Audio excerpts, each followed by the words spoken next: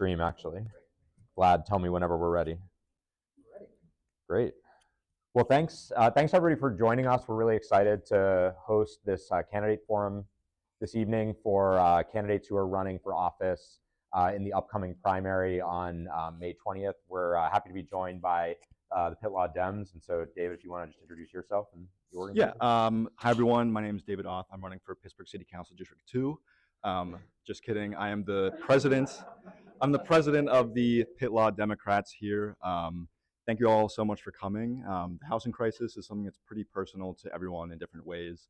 As a Pitt student as well, I'm a CMU student.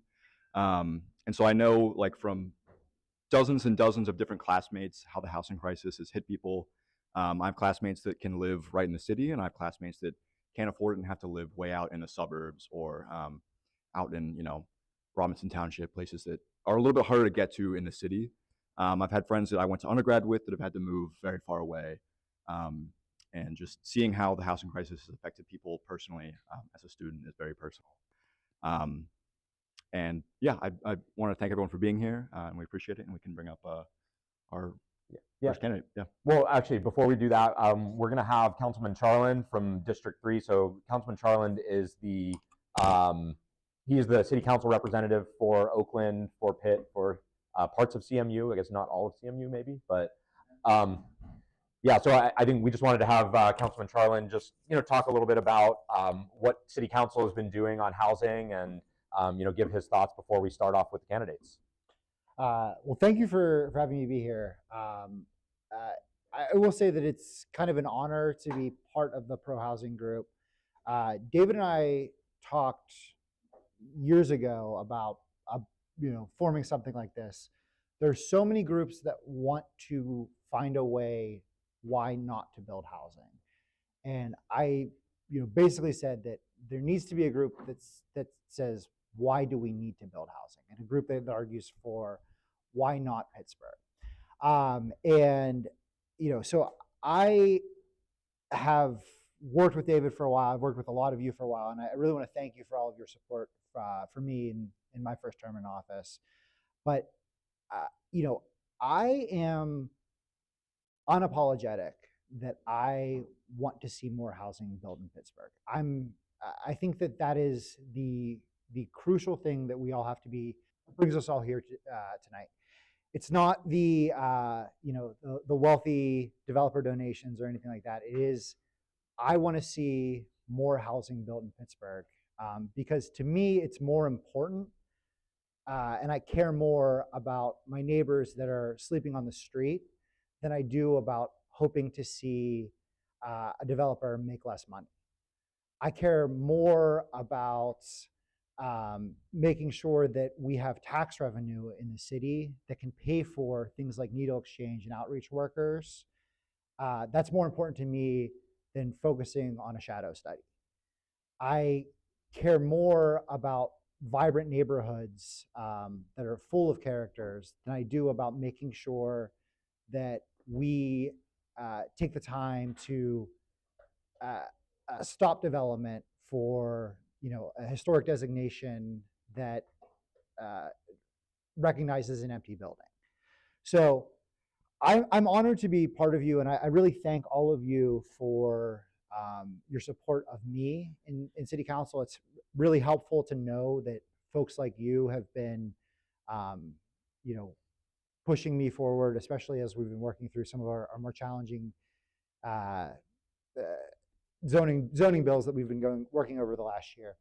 The one thing that that David's been saying to me that I've been kind of thinking about a lot is this concept that that building is cyclical, and we're in a time when building is not easy to do. Interest rates are really high. The Trump tariffs are going to be a nightmare. Building everywhere is going to go down. But we need to make sure that in Pittsburgh that we are ready for the next boom. And when that happens, that we're prepared, we put everything in place. And we're going to need all of you to help with that. One of my mentors when I first started in City Council kind of said to me something that I stick with all the time here, is that you will not be remembered as a City Council member that kills projects. You'll be remembered for what you can build there. So I thank you for all helping me and working together so that we can build something that we're really proud of here. So I'm honored, to have your support in the past, and look forward to a lively discussion tonight. Yeah. Before you finish, do you think that you could just, since I know some of this stuff, zoning bills and things like that sometimes kind of like happen more, in council than they do in public. And there's obviously been a lot of recent, public discussions about zoning, but I thought maybe it would be helpful to just, can you tell everybody, what is currently being deliberated at council, what is currently being discussed at council? Also, like, what things have we accomplished in the last year? Like, I think about like Ordinance 59, things like that, the downtown LERTA, like, I guess maybe just give people like a lay of the land. Yeah, so I don't think that any of us council members thought that this was going to be like the year of the zoning. But zoning became so sexy. And I think we've all realized that like zoning is, in city council, frankly, we've got like our biggest powers are zoning, our ability to zone and tell people how they can build on their land. That's the most powerful thing we have. A lot of people want us to regulate business. It's not something we can do, but we can regulate the rules that someone has for property that they own and they want to build on. We can tell them what they can and can't do. So this year has been quite a year. So there was one bill that passed last year that Pro Housing was very in support of.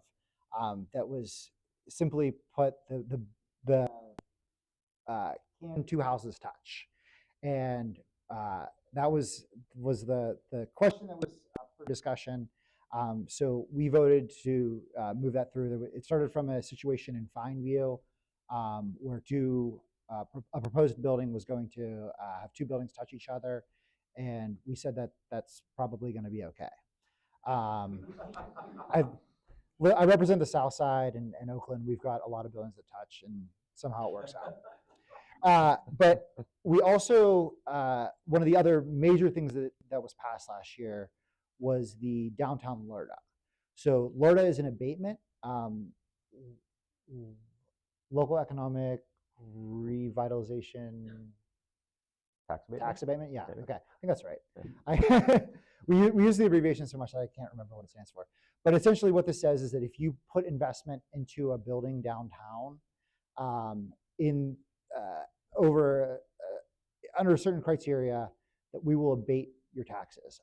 This is something that Philadelphia did 20 years ago.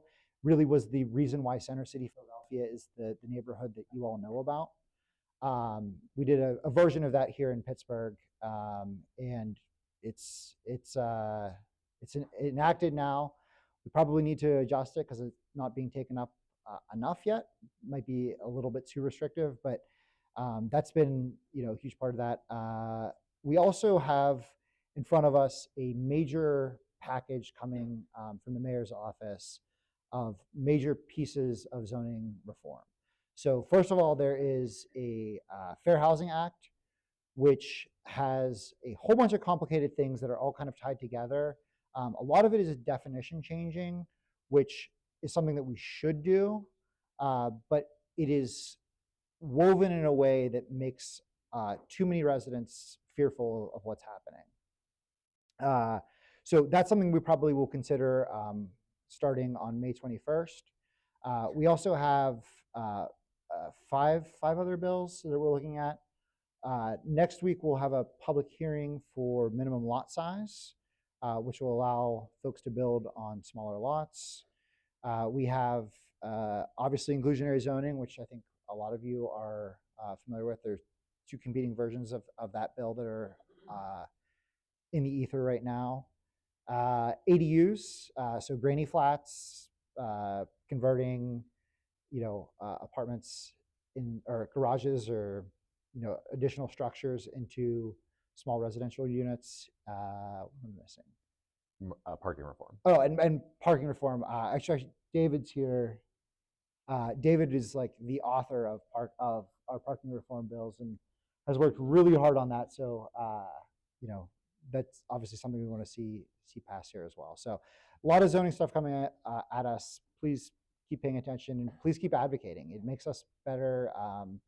It also helps us have,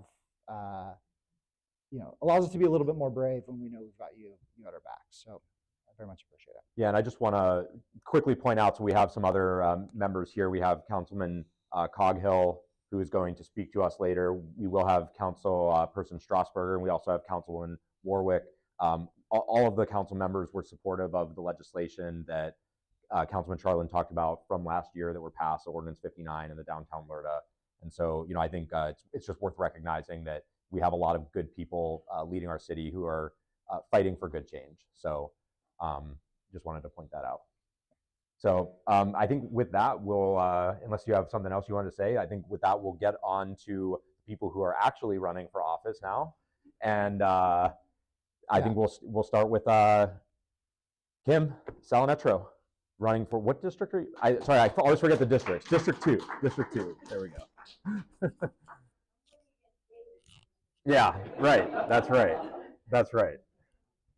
And just so everybody knows what format we're going to use here, so we're going to start with having the candidates give just a quick 5 to 10 minute statement, ideally about housing, but on a topic of their choice, talking about why they're running.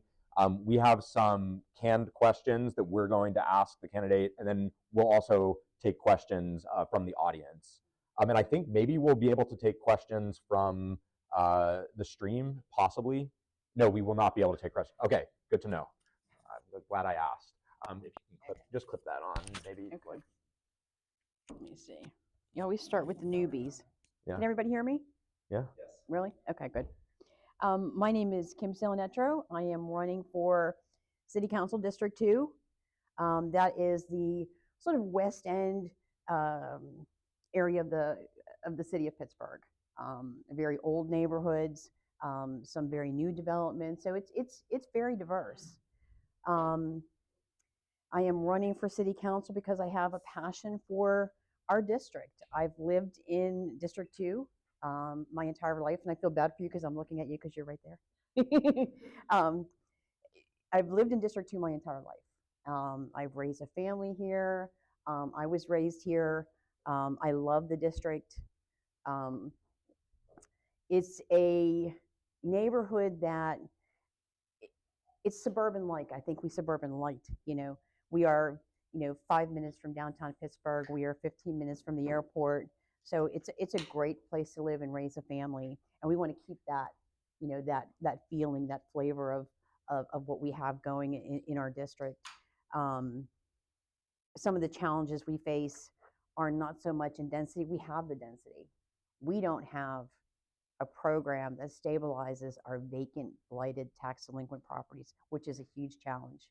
Our land bank is currently working on that, and I get that. It's just not fast enough. We have beautiful homes that are continuing to deteriorate year after year after year that could be in the hands of people who are starting a family. It could be turned into bedroom or a duplex to create housing for multifamily units. We have big old houses that not everybody wants to live in a 5-bedroom house, but you can certainly take that and make that a duplex. But right now they're sitting and they're deteriorating, and the architecture is amazing and it's being lost. So those are the kind of challenges that we feel like we have in District 2 that I would like to see some stabilization programs. We've done some stabilization programs in Fairywood. If anybody's familiar with Fairywood, it's a very small little neighborhood that was predominantly a housing project. After some hurricanes here in the city, it was completely closed off as a floodplain, and it sat for 20 years. And over the last couple of years, we've been able to revitalize that and create 62 and over senior housing. It allows our residents who live in District 2, who are in these big old homes, who can no longer maintain these big old homes, to move into a place that's more manageable for them, yet live in the neighborhood that they raise their family in. And that's one of the things that we would like to create, in District 2, a place for everyone with all income levels. Right now we have the challenge that, grandma lives in a house where she's alone now that grandpa has passed away. The kids have moved away. Nobody's maintaining that. And when grandma dies, nobody takes responsibility for it. And it sits and deteriorates and becomes a taxpayer problem. And it's one of the things that we would like to see. And I call it a housing stabilization program. I don't know what, what other people would want to call it or what it could possibly be, but it's something that I think we overlook when we're talking about affordable housing. I think in a lot of our neighborhoods in District 2, the housing is there. It's there for you. I just need to find a way to get it in the hands of people who can maintain those properties, take those properties, turn it into a livable piece of property, and that people can and build a life there. But like I said, I grew up there, and I just have a passion for the neighborhood. It's been good to me. A lot of our residents and my constituents are like family to me. When I said I was running, the incredible amount of support I got. When you live in a district that feels like family is amazing. And our district has great athletic associations. We have amenities that people would love to have. I just need some place to put everyone, and that's the challenge. But that's a little bit about me personally, But I know you had some questions, David. Yeah. I think, and I think you covered on this a little bit, but and we're going to start all the candidates with kind of a similar question, which is like, what is your personal story on housing, and how has that affected your outlook on the housing crisis in Pittsburgh? Well, my personal housing story, and I thought this was a unique question, and I had to really think about it.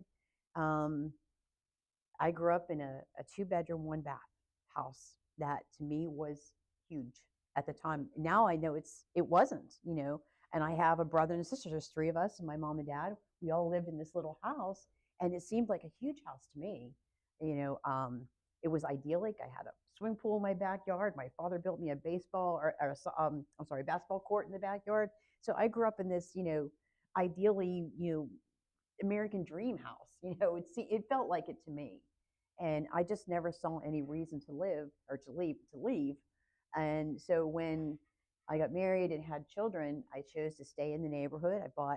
I call it your standard Ryan home, with the brick on the bottom, aluminum siding on the top, and the shutters, and I raised my girls there. And right now I live in Banksville, neighborhood of the city of Pittsburgh, but my housing story never took me any further than the place I love, So, and I've seen the challenges. I've seen the challenges for my neighbors, neighbors that my parents, were friends with, and when they got older, what happened to these homes? How, to some degree, their families didn't want to handle the house, and they let it sit, or they sold it in a way that made it something that nobody would want, But that's my little housing story. I raised my girls. I have 2 girls. I have twin daughters that I raised in Sheridan, right off Middletown Road, if you're familiar with the area. And it was a great place for them to grow up as well. It really was. Still is. Good. Great. And so I guess you did already talk about this a little bit in your opening statement, but talk about what is the state of housing in District 2? And I think also further to that, like what type of development would you like to see happen in District 2? Oh yeah, sure. Oh, there it goes. This is for the people in the audience. Okay. Thank you, Kate. Isn't What's she that? Sweet? Thank you. Oh, okay. Tell me that question. So yeah, so what's the current state? What's the current state of housing in District 2, and what type of development would you like to see in District 2? Well, I think the current state of housing differs from neighborhood to neighborhood. In a neighborhood like Sheridan, we have a lot of vacant, blighted, tax delinquent properties that could be refurbished and maintained and sold. We have a lot of housing in neighborhoods like Westwood, where I live in Banksville, that are what I would call post-war homes, 2-bedroom, 3-bath brick ranch homes, and most of these are occupied. There's not a lot of unoccupied portions in some of our neighborhoods. And I guess I would like to see some more housing that is for like townhomes, people that, young people who want to, I guess, have different life stages. So I want you to come to Pittsburgh District 2, or Pittsburgh in general, and have that first apartment that you're so proud of, and that townhome that you've built up to, and now you've gotten married and you have a child, and you want to have a home where you can have a backyard and a swing set for your kids. I want all of that to be available in District 2.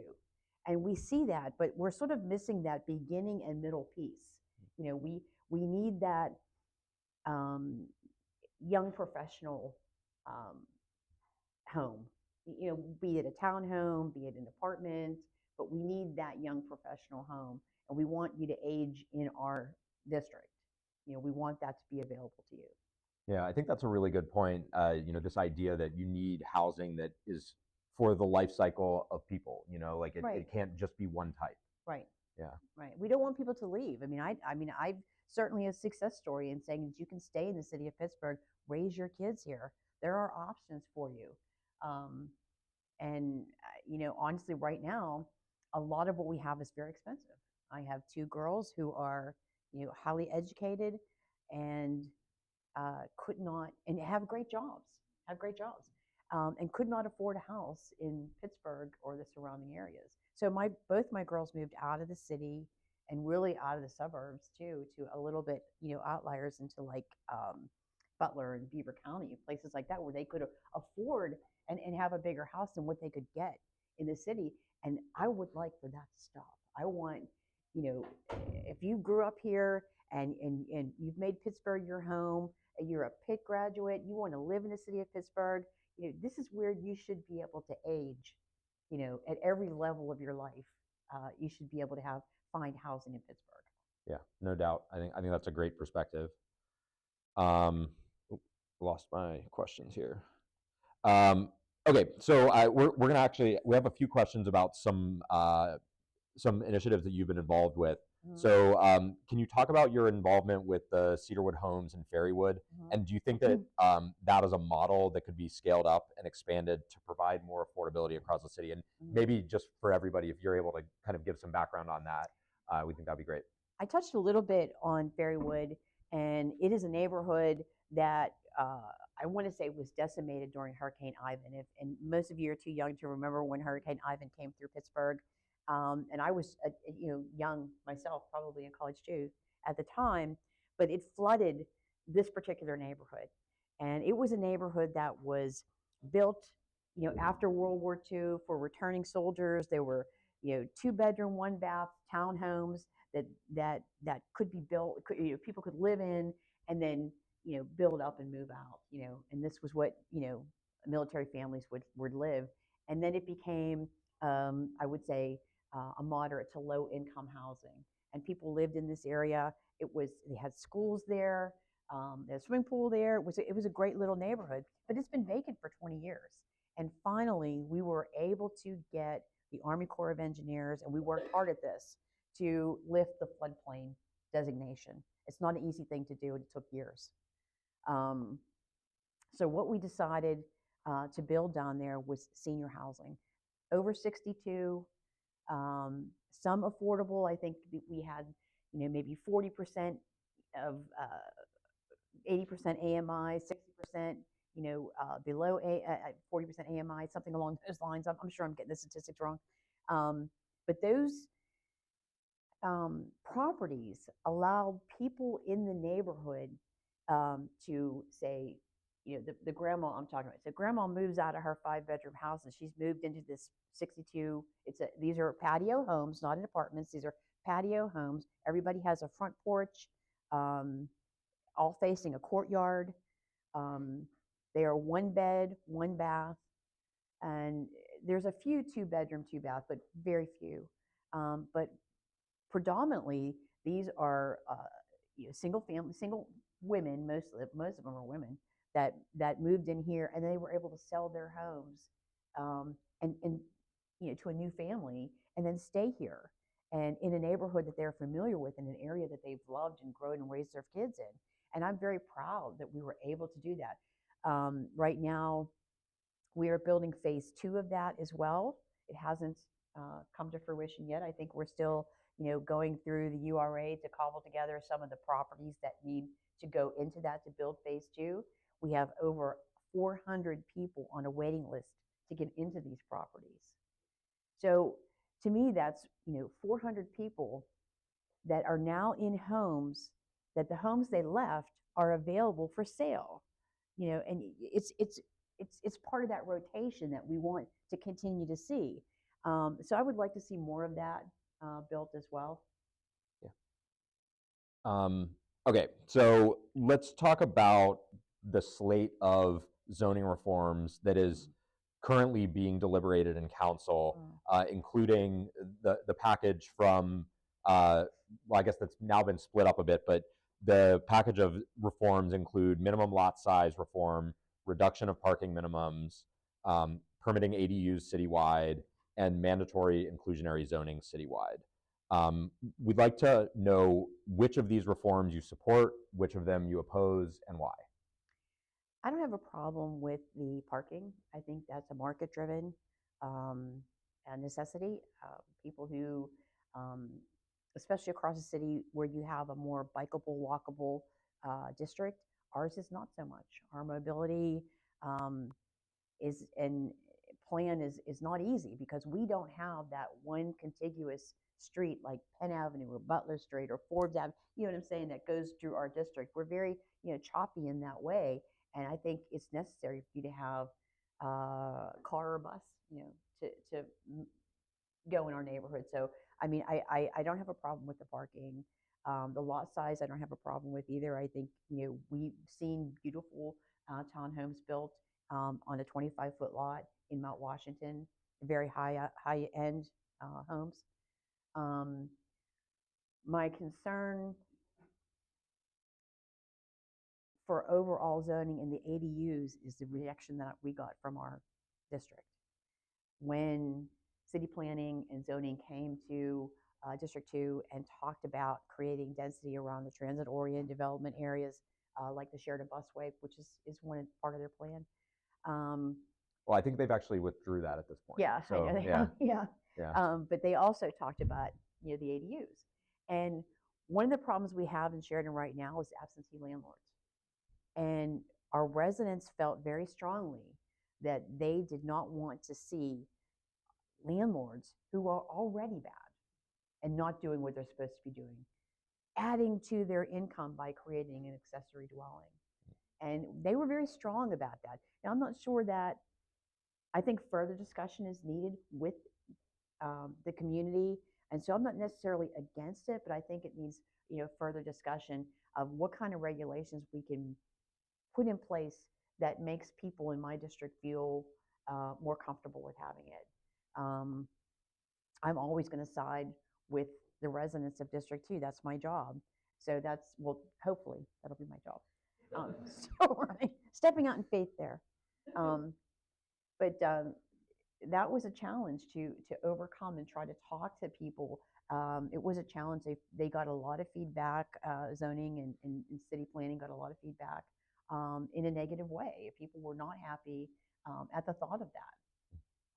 So, again, that really was my feeling of trying to make sure that I align myself with what our district wants to see. But it bears further conversation, that's for sure. And I think the last one would be the mandatory inclusionary zoning. I don't have a problem with the mandatory inclusionary zoning overall through the city. I have a problem when you make it a blanket, entire citywide. I think that you have some neighborhoods that are just not the same.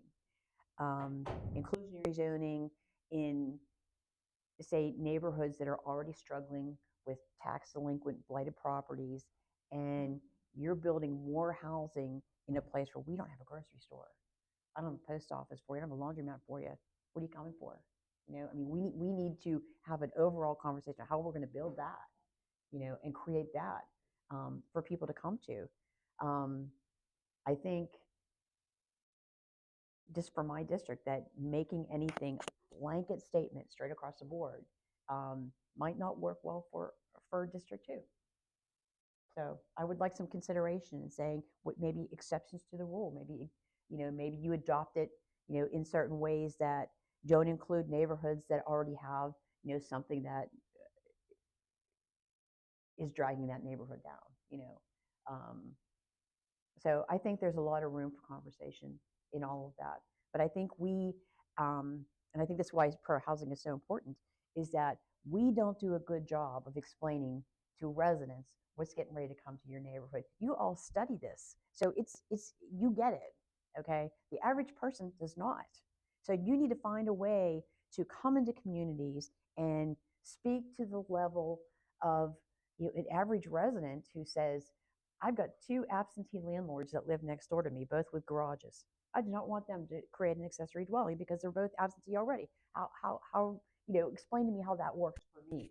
And so I think we need to do a better job of explaining to folks what you're trying to accomplish. Mm-hmm. Yeah. We've got one more question, and then I think we'll have time for one question from the audience. So if you've got something, think about it now.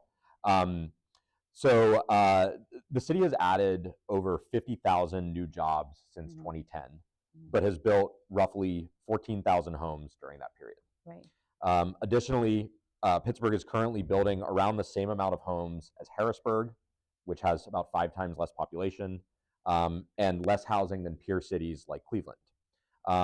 With the current fiscal cliff that Pittsburgh is facing, how do we ensure that people who work in the city can live in the city? Boy, that's a toughie.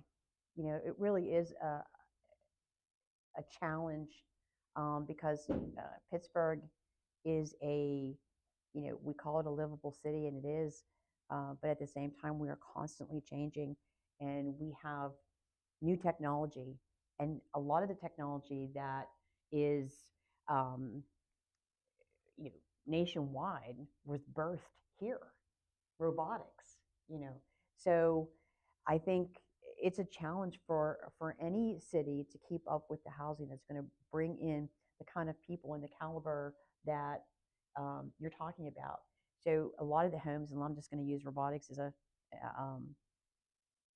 starting point, is these are high-end jobs, and so we want to be able to create, where are these people going to go, so building housing is important, and I don't ever claim to have all the answers, but I'm open and willing to listen to what ideas we have and where housing can go. I would like to see more amenities in some of our neighborhoods that make it more livable for the people to come and live in our neighborhoods. I want you to have a grocery store close by within walking distance. I want you to be able to bike to a coffee shop if that's what you want to do. I want you to be able to, we have 2 beautiful parks in our district. I want you to be able to enjoy the parks. And I just think that we need to create housing that keeps at every level, Does that make sense? Yeah, absolutely. Good answer. Okay, questions from the audience. We've got time for one. If you put her hand up. Yeah, say your question, and I'm going to repeat it because they're not going to be able to hear you on the stream. I was interested to know what is your stance? You talked about different levels of different types of housing. Just starting out, along and maybe like goals. And I was wondering, what is your stance on allowing transitional housing in Zone 2 for individuals who experience housing? The question, just so that I'll repeat it for the stream, was what is your view on permitting transitional housing in District 2? I think it would be welcomed into our neighborhood. I think there are places for it. I just am concerned again about the amenities. We don't have a job training program in District 2. I don't have a resource facility that accommodates mental health, drug addiction. All of these things need to be in place, and you have to have wraparound services. And I think when you put people in a place where those things aren't in place, you're doing them a disservice. So I would like to see, before somebody brings transitional housing into a district, that you create those wraparound services so that the community can embrace, these people are going to get a second chance. I have an enormous heart for our community of addicted folks, and believe that every day alive is a day to get clean. And I, worked towards that. I've worked in some homeless in camps, and I've seen stuff that I thought was just, very sad. But there's always hope. Every day alive, you have hope. And so we want to have people to come to the neighborhood in transitional housing and find that they have all the services that they need in order to, get out of that program and move into our little one-bedroom houses that we have. Do you understand what I'm saying? You have to have that wraparound service for those folks. And so I have no problem with transitional housing as long as we have the components in place that help them to not stay in that transitional housing forever. It can't be a forever place. Great. Well, yeah, thanks very much, Kim. We appreciate you joining us. And Thank you. All right, I think we've got Councilman Coghill next. Kim, don't leave with the mic. Oh. Oh, yes. Is Anthony next? Yeah. You are going to call me Dave. Yep, you're next. Thanks. At least I think you are. Pretty sure. Okay. Good. I don't know if that was by design, but yes, I guess so. All right, Councilman Coghill, appreciate Thank you, having you David. I here. appreciate it. I really do. It's a pleasure to be here. You want me to start? Yeah, Okay. you can get started with 5-10 minutes. First of all, I want to thank Pro Housing Pittsburgh. Okay, I've learned a lot about housing from you and others. And where's Amy at? Amy over there. Coming down 2 chambers, and that's kind of how I learn a lot as to what's on the minds of the younger people or the people across the city of Pittsburgh. So I've learned a lot over the past couple of years, and a lot of it's been due to your advocacy, I will say. Thank you for the young Pitt Law Dems. Thank you very much. I really appreciate it. I'm glad you're not running against Kim. I'm a big supporter. I really am. So no, actually, Kim and I's stories are much alike. We both still live in the same neighborhoods that we grew up in. We're the same age, 39 years old. We got a big one next year, right, Kim? Where you at, Kim? Me too. It's funny. But just to tell you my story, born and raised in Beachview. You all know where Beachview is? Okay, I know Amy does because she's one of our newest residents. Thank you, Amy. Yes. And another thing about Beachview, I will tell you, this pizza you're eating tonight, Slice on Broadway, that's Broadway Avenue in Beachview. That's where it was founded. That's where it was started. The owner is a very good friend of mine. And this is the best pizza in the world. I don't mean that by just my taste. It was literally voted best pizza in the world in Las Vegas, Nevada, just a couple weeks ago. You'll be hearing all about it. We're doing a proclamation for Slice down at council chambers because he was voted best pizza in the world. So how about that? Yeah. You didn't know. Did you know that, Amy? Okay, I swear to you, it's the truth. You're eating voted the best pizza on the planet, right? Not in America, not in Pennsylvania, on the planet. So, okay. So anyway, just tell you a little bit about my story, right? Grew up in Beachview, 2 older brothers. We rented my entire life. Single mom, took care of myself. I have 2 older brothers. We're 4 years apart, so we were a handful, I would tell you, just growing up. Little tiny duplex. We shared a little bedroom. I can't imagine. I look at these places now and I think, how did we, like Kim said, we were comfortable. I just thought I had the best childhood, best house. But I'm looking at this room with these 2 brothers of mine that we got along, but sometimes we didn't, so it's tough. But my mother divorced, so my mother raised us 3 boys. I remember many, many times, housing's important for me for many reasons, I will tell you. Many times I've seen my mother in tears at the coffee table, worried about paying rent, right? And here I am, a 12, 10, 8-year-old, through that time span. Not old enough to work, but at the same time, wanting to help in any way. She's in tears, we're complaining about, you know, I need a pair of spikes. I need a new football jersey, right? So I remember those times very well, I will tell you.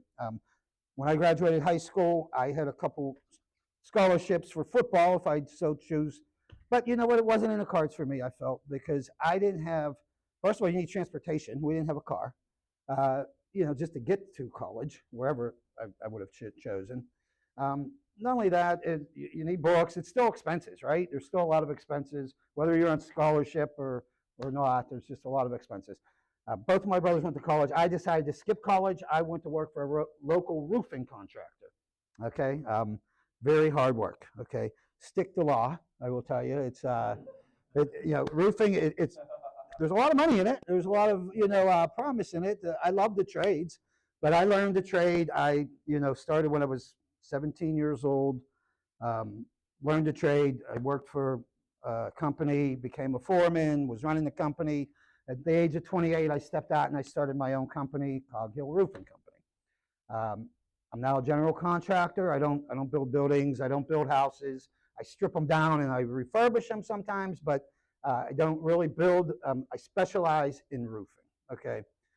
I love the roofing business. I've been in it for 30 years. It allotted me a home that I never thought I could have, and things.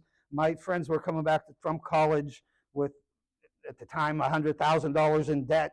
And, you know, I have a car and a house, and I'm like, oh, what's, you know, so I feel like I had a jump start, right? I'm not, and I speak at school sometimes, and I don't recommend that. I'm not preaching, don't go to school. But, you know, I will tell you, it worked out for me, right? It's just, was a lot of hard work.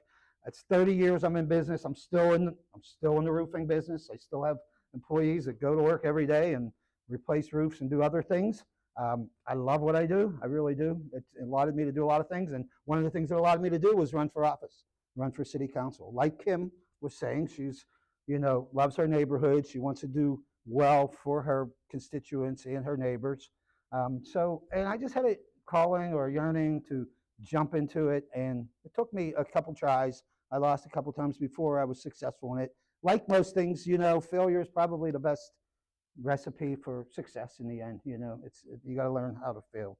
So we need better stickers here, David. This keeps falling off. But, I'm trying.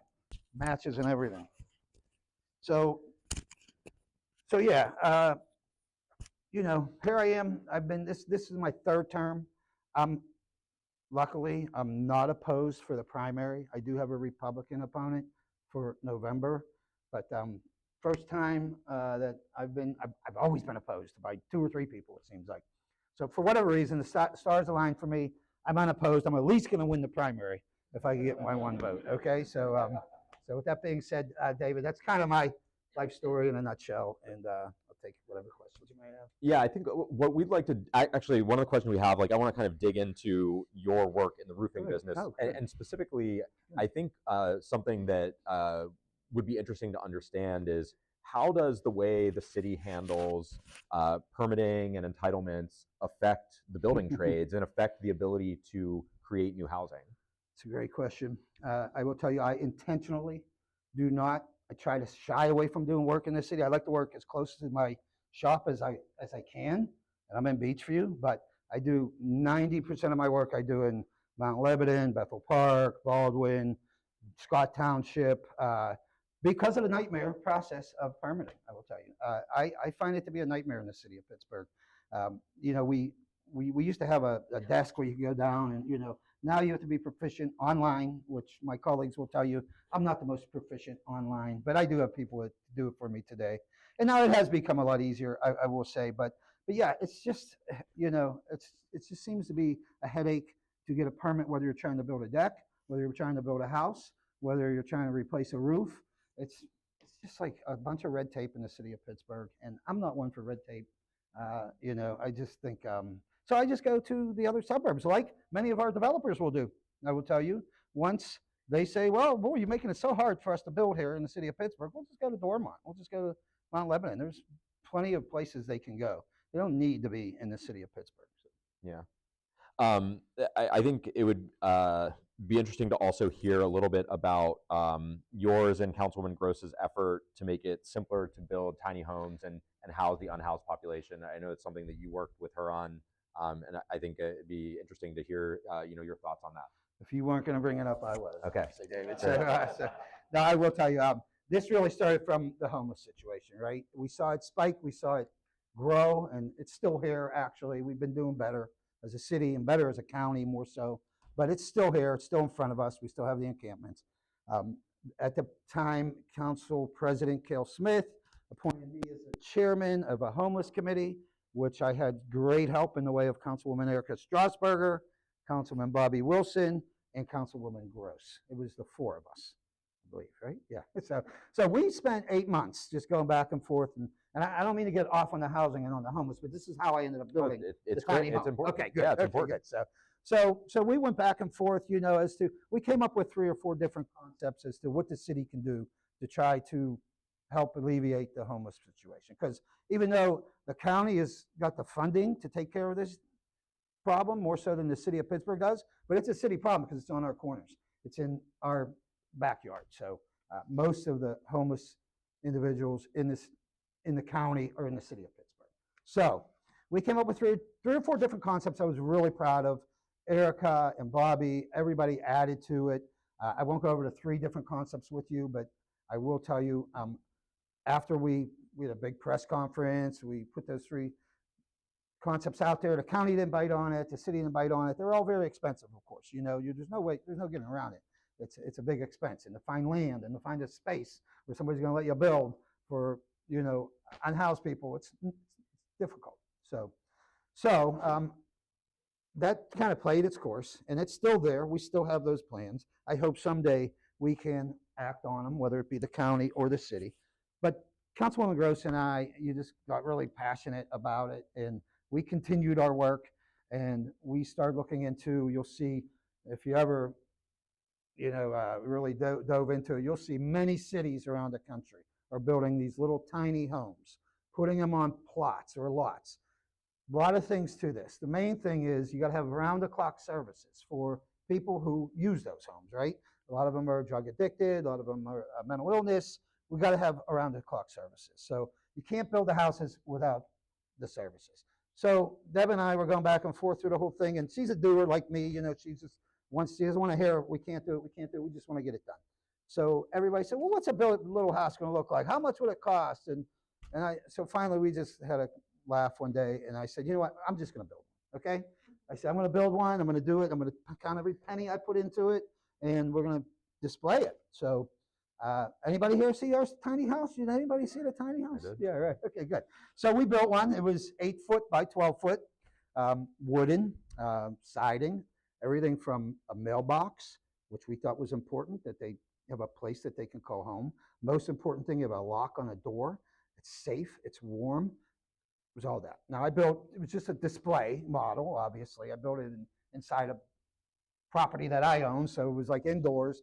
And, we marketed that thing to no end. We really did. I mean, who here wasn't sick of hearing about the tiny homes, right, Erika? I was tired of hearing about the tiny homes. So we marketed that thing, and obviously I'm a builder, or, I can do that. And I built it for, I want to say, $1,800 finished, right? Didn't include the electric, and that comes with the site that you get it in. So $1,800, and we could have had these things built. Honestly, I could have built them already. You see around the country, they're very successful. It's hard to find places. Councilman Charland's going through a place up at Auberly, up in his district. It's difficult to get in the place, to start a place, and to get the resources there, and to convert that place into what you really need it to do. It becomes very expensive. The idea with the tiny homes were they were temporary. Obviously, we don't want them living there permanently, but we want them to feel safe. We want them to feel like it's their own house. And from that just gives them the confidence that I feel, a boost of confidence, to say, I've got something of my own. I have a door I can lock tonight, and outlets for, hopefully they get a phone or something like that nature as well. But all the comforts of home, just in a tiny little space. And I have a big home, but I live in a space about that big myself, honestly. You know, what I actually, you know, inhabit. So Great. All right, so on to the slate of zoning reforms that are in front of council right now. So council is currently considering minimum lot sizes, reduction of parking minimums, permitting ADUs citywide, and mandatory inclusionary zoning citywide. And so I think we wanted to hear your thoughts on which of these you support, which of them you oppose, and some reasoning for that. okay, let me start with what I oppose. Mhm. Mandatory inclusionary zoning, I oppose it. And I want to thank Councilman Charland, who really took the ball and ran with this, because I was having a real problem with it. I was quite surprised that this administration, this mayor, put up inclusionary zoning mandatory throughout the city. Like Kim Salinetro said, our districts are so different, right? My district is so different than Erika's district, completely, and Bobby's district. Mine is mostly single family homes, okay? Very few housing projects, very few big apartment buildings, mostly single family homes throughout my district, right? And, you know, it's hard for me to get a developer to come into my district.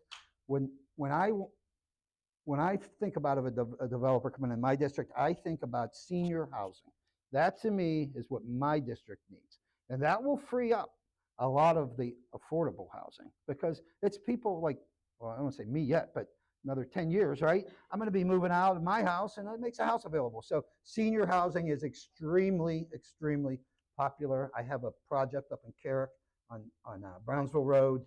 I can't remember how many units, but it's a $22 million project that's going to, we hope, start next year. So yeah, inclusionary zoning scares developers out of my district. It's hard enough for me to come in, and my development sites are this: old schools, old churches that are no longer inhabited, right? We're not Lawrenceville, we're not Bloomfield, it's like Manhattan there, right? You find a piece of property, you'll put up a 4-story building the next day. I'll tell you a funny story, and this is the truth, and I don't want to just keep carried away on inclusionary zoning. I know we're running out of time. But We're going to time. working closely with Councilwoman Gross, as I was at the time, very important to her. She represents Lawrenceville, Bloomfield, these hyper, you know, kind of overdeveloped areas, right? I saw the problem there, right? I see it. I talked to her about it. She's like, I'm like, wow, yeah. They want to tear everything down and build skyscrapers at $450,000 condos in them, right? So I voted for inclusionary zoning in District 7, a couple neighborhoods, I think, Polish Hill, Lawrenceville, and maybe Bloomfield. So I voted for it, knowing it would stunt the development, honestly. And that's the honest to God's truth, okay? And I think it was successful. I think you'll see, the facts will show you. In fact, I think I got these facts from you all, is that development is now moving to the south side. Development is moving somewhere else. Or now they're building 19 units, so they don't have to adhere to the 20 units or the 10% that they must build, the 2 units that basically have to build for free. It doesn't work for developers. They don't want it. We could force their hand, but that does nothing for me in my district.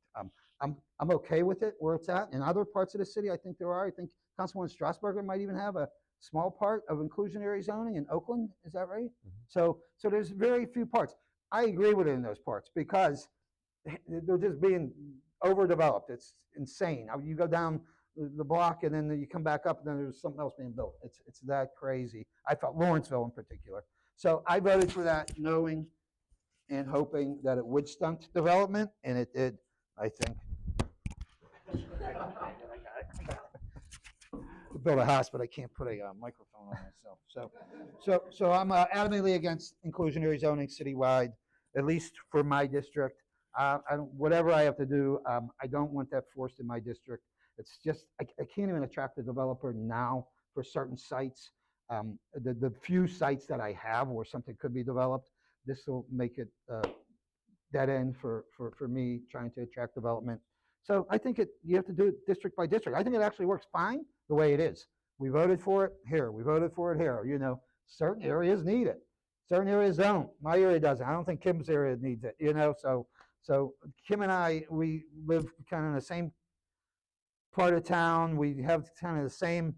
Yours is a little bit different, but you have a lot of single family homes like me, and you know, so inclusionary zoning, adamantly against it. I think it's a horrible idea, to force it citywide. Bad idea. I like keeping it the way it is. Maybe adding a couple, maybe south side someday somewhere. I don't know. No. Yeah, so yeah, Councilman Charland actually worked for me before he became Mr. Big Shot down in Southside. So I couldn't be more proud of him. I will tell you. He just jumps right in there, and especially this subject in itself. I will tell you, I needed somebody to stand up with me and say no, but for inclusionary zoning being forced on us citywide, and he was the one that really took the bull by the reins. So I'm thankful for him for that.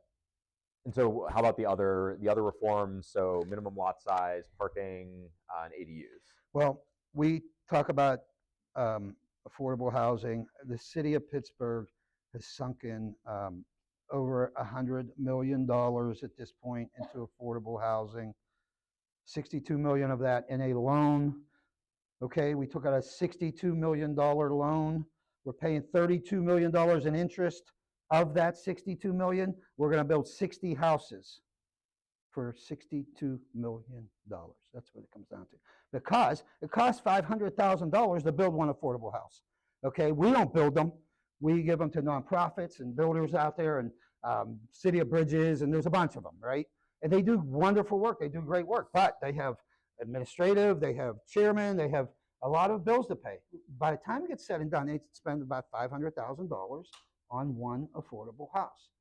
I'm not under the impression, I do not believe that the city, any city, can buy its way out of affordable housing. You can't. I just don't believe it. We're going broke trying to do it, and we got vehicles that are breaking down all over the place. So we squandered, I feel, over $100 million in affordable housing. To get the return that we're getting is just not worth it. I think the way to really increase affordable housing is through zoning, is through subdividing lots. If you can give me a single city lot where I can put two little tiny homes on, and when I talk about me and Deb's tiny home, that was for homeless, but you could build a model like that, maybe twice the size, where you can actually live there. Single person, two people, maybe even three people. I mean, I lived I grew up like that. So for me, that's so important for us to stop chasing the idea that we're going to solve the affordable housing issue by throwing money at it. We're not.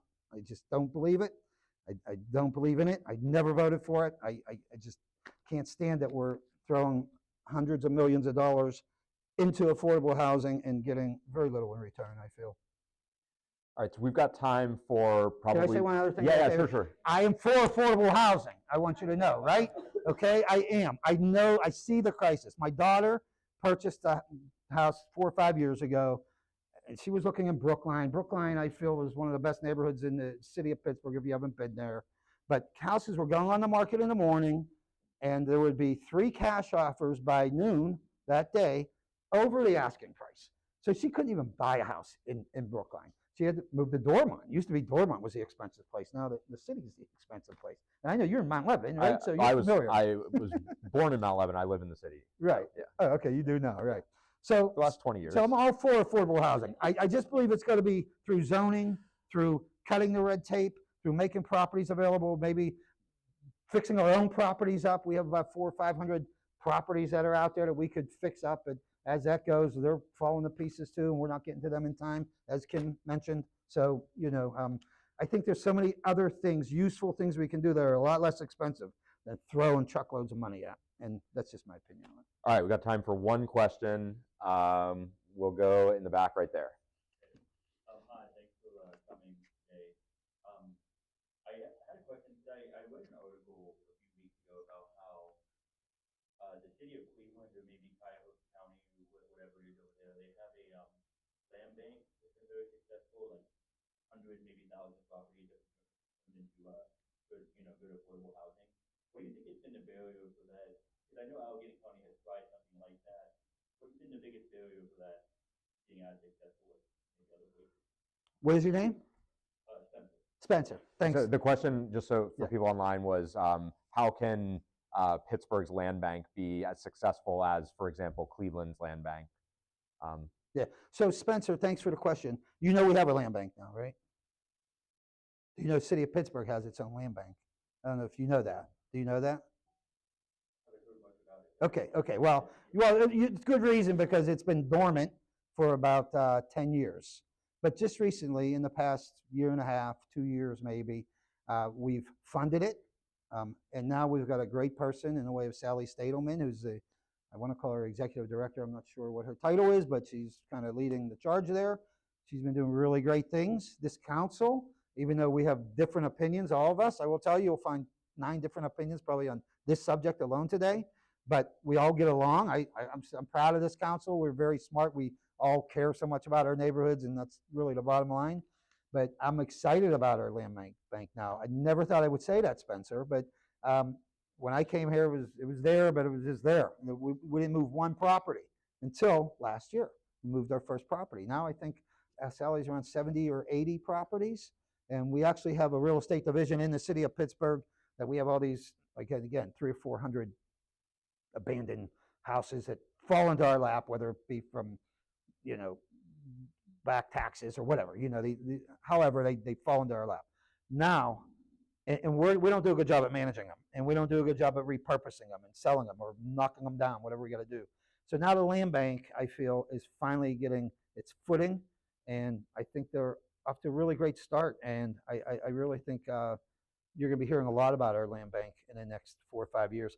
Are we behind Cleveland? Probably way behind. We just started, honestly, Spencer, a year ago, and we got a lot of momentum for it. I think most council members, if not all of us, support it wholeheartedly. We're going to have a financing problem with it somewhere down the line. We funded it with originally $10 million. That $10 million went to $7 million, and now it's I don't know where it's at, but we're going to need funding it for next year. We don't have a path for that, I don't think, yet. We don't have a pot of money that we're going to be able to, but we're going to have to do that because our land bank is essential. So however we find the money, whatever we do, we're going to have to find a way to fund our land bank because we need it, and to address properties come in our hands all the time, whether somebody dies and doesn't have a relative and it just falls in our hands, or delinquent auctions, you name it. All right. Thanks very much. David, appreciate having you. Thank you. I appreciate it. I was just taking after Kim. I thought Councilperson Strassburger, you're up. Here, David. Yeah, you can give it to Erika.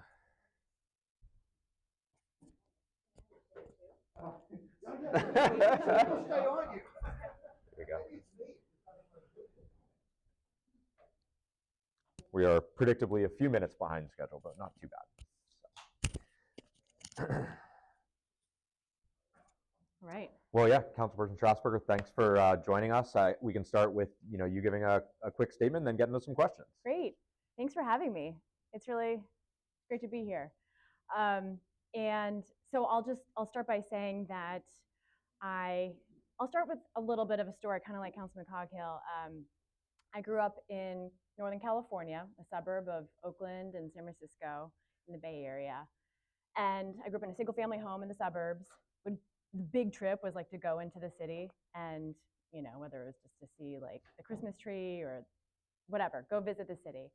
And even in the 90s when I was there, it was starting to, it had changed quite a bit since, it was, it's sort of heyday, but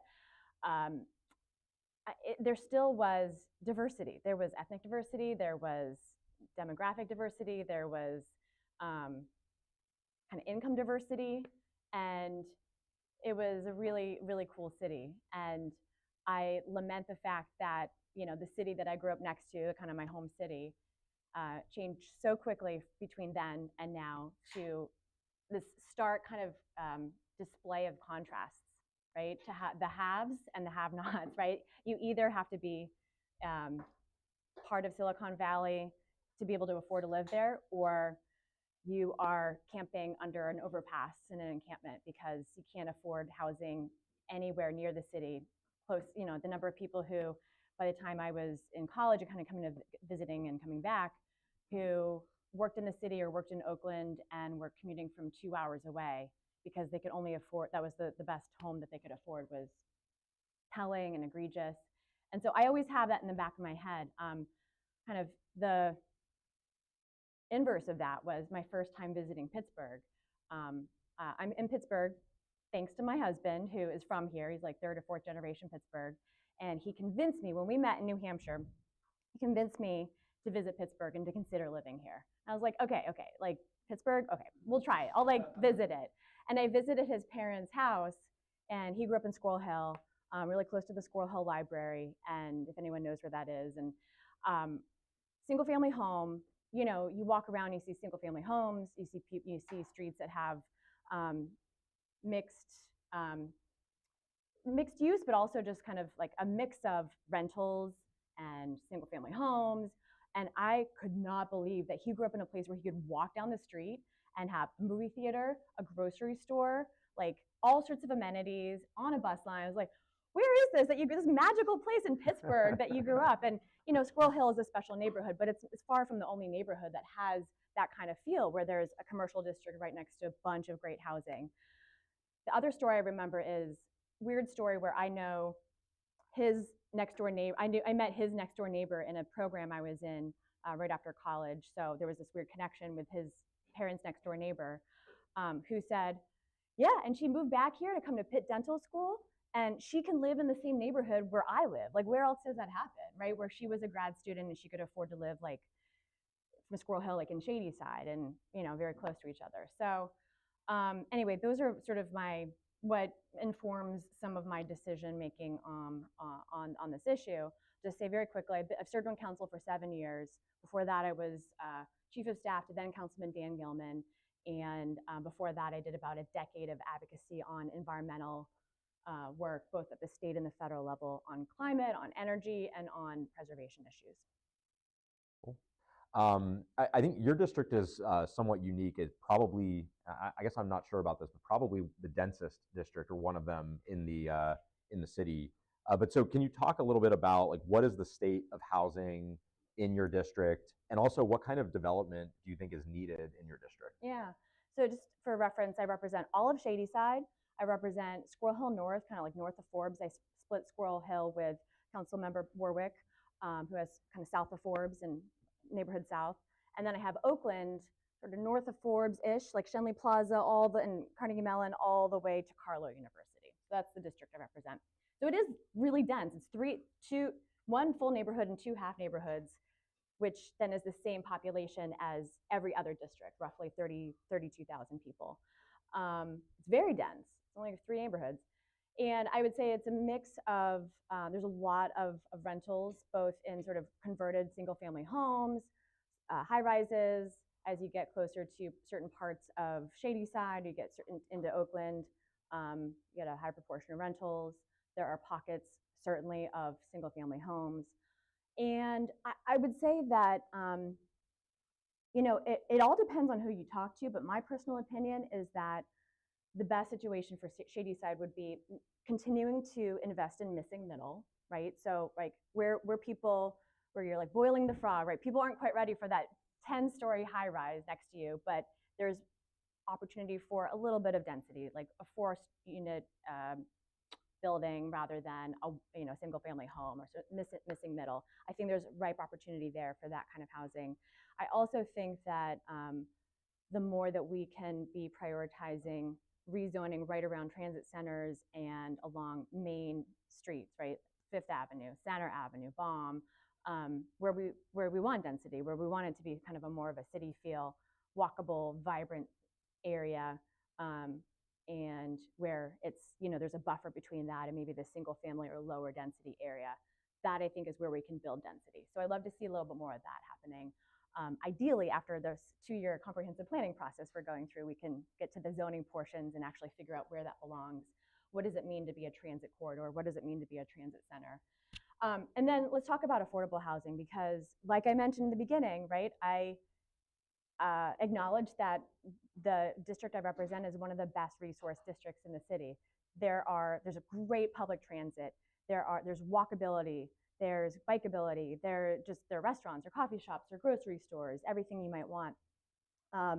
Everyone at every price point should be able to live in District 8, regardless of what you make or who you are or what amenities you need. So it shouldn't be just studio apartments either. You should be able to live in District 8 and access those amenities whether you want, you know, a 3-bedroom apartment or, you know, a single family home. So that is also informing what I think we need as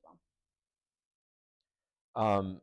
I think that one of the things that's interesting about your district is you have, you know, the 2 largest universities in the region, in the University of Pittsburgh and CMU, and between those 2 universities, I believe they're projecting to add 3,200 new students over the next decade or so. So, you know, what should District 8 be doing? What should the city be doing to ensure that these students have a place to live and can do so affordably? Mm-hmm. Well, what we're seeing currently is, you know, it works out really well in some neighborhoods, right? People, grad students, med students, whatever they might be, living in Shadyside, living in Squirrel Hill, it goes really well. I used to live on a street that was a single family on one side and 3-unit, kind of larger rentals on the other. Block parties were lovely. There were always new students coming in. But what we see in parts of Oakland, certainly, you know, parts of Oakland and Councilperson Charland's district as well, is really, really unsafe housing that's been converted and is not fit for really anyone to live in. Students packed in there. What needs to happen is densifying those areas, acknowledging that the people who are nostalgically holding on to what Oakland once was, which is like a lot of families living in Oakland in single family homes, is probably not going to return. And just acknowledging the future, which is students living together in a safe environment, probably in high rises, in a place that can, you know, is affordable for their needs as well, and not being ripped off by the out of state or out of country property owner.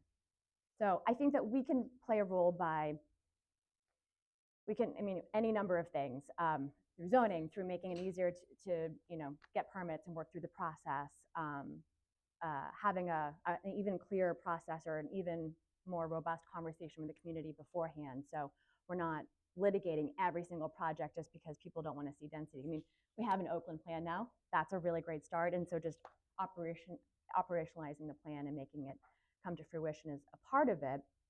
I also think that we need to be holding our universities even more accountable for building student housing as well. We saw Carnegie Mellon just put up a huge new 200-unit plus dorm at Forbes and Buehler. University of Pittsburgh should be doing the same. All right, so let's get to the housing reforms that are in front of City Council. So I know we've all heard this question already, but I'll say it again. So right now in front of City Council, there's minimum lot sizes, there's reduction of parking minimums, there's permitting ADUs citywide, and there's mandatory inclusionary zoning. You know, which of those reforms do you support? Which of them do you oppose, and why? Yeah, step back, 30,000-foot view, real quick.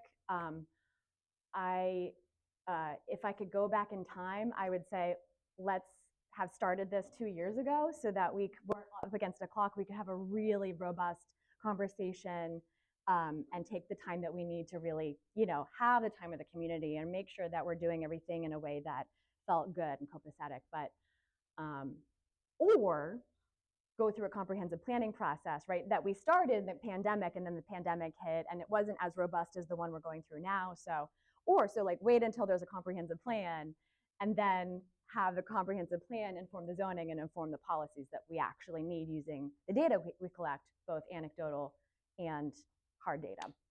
Okay, so that's my caveat.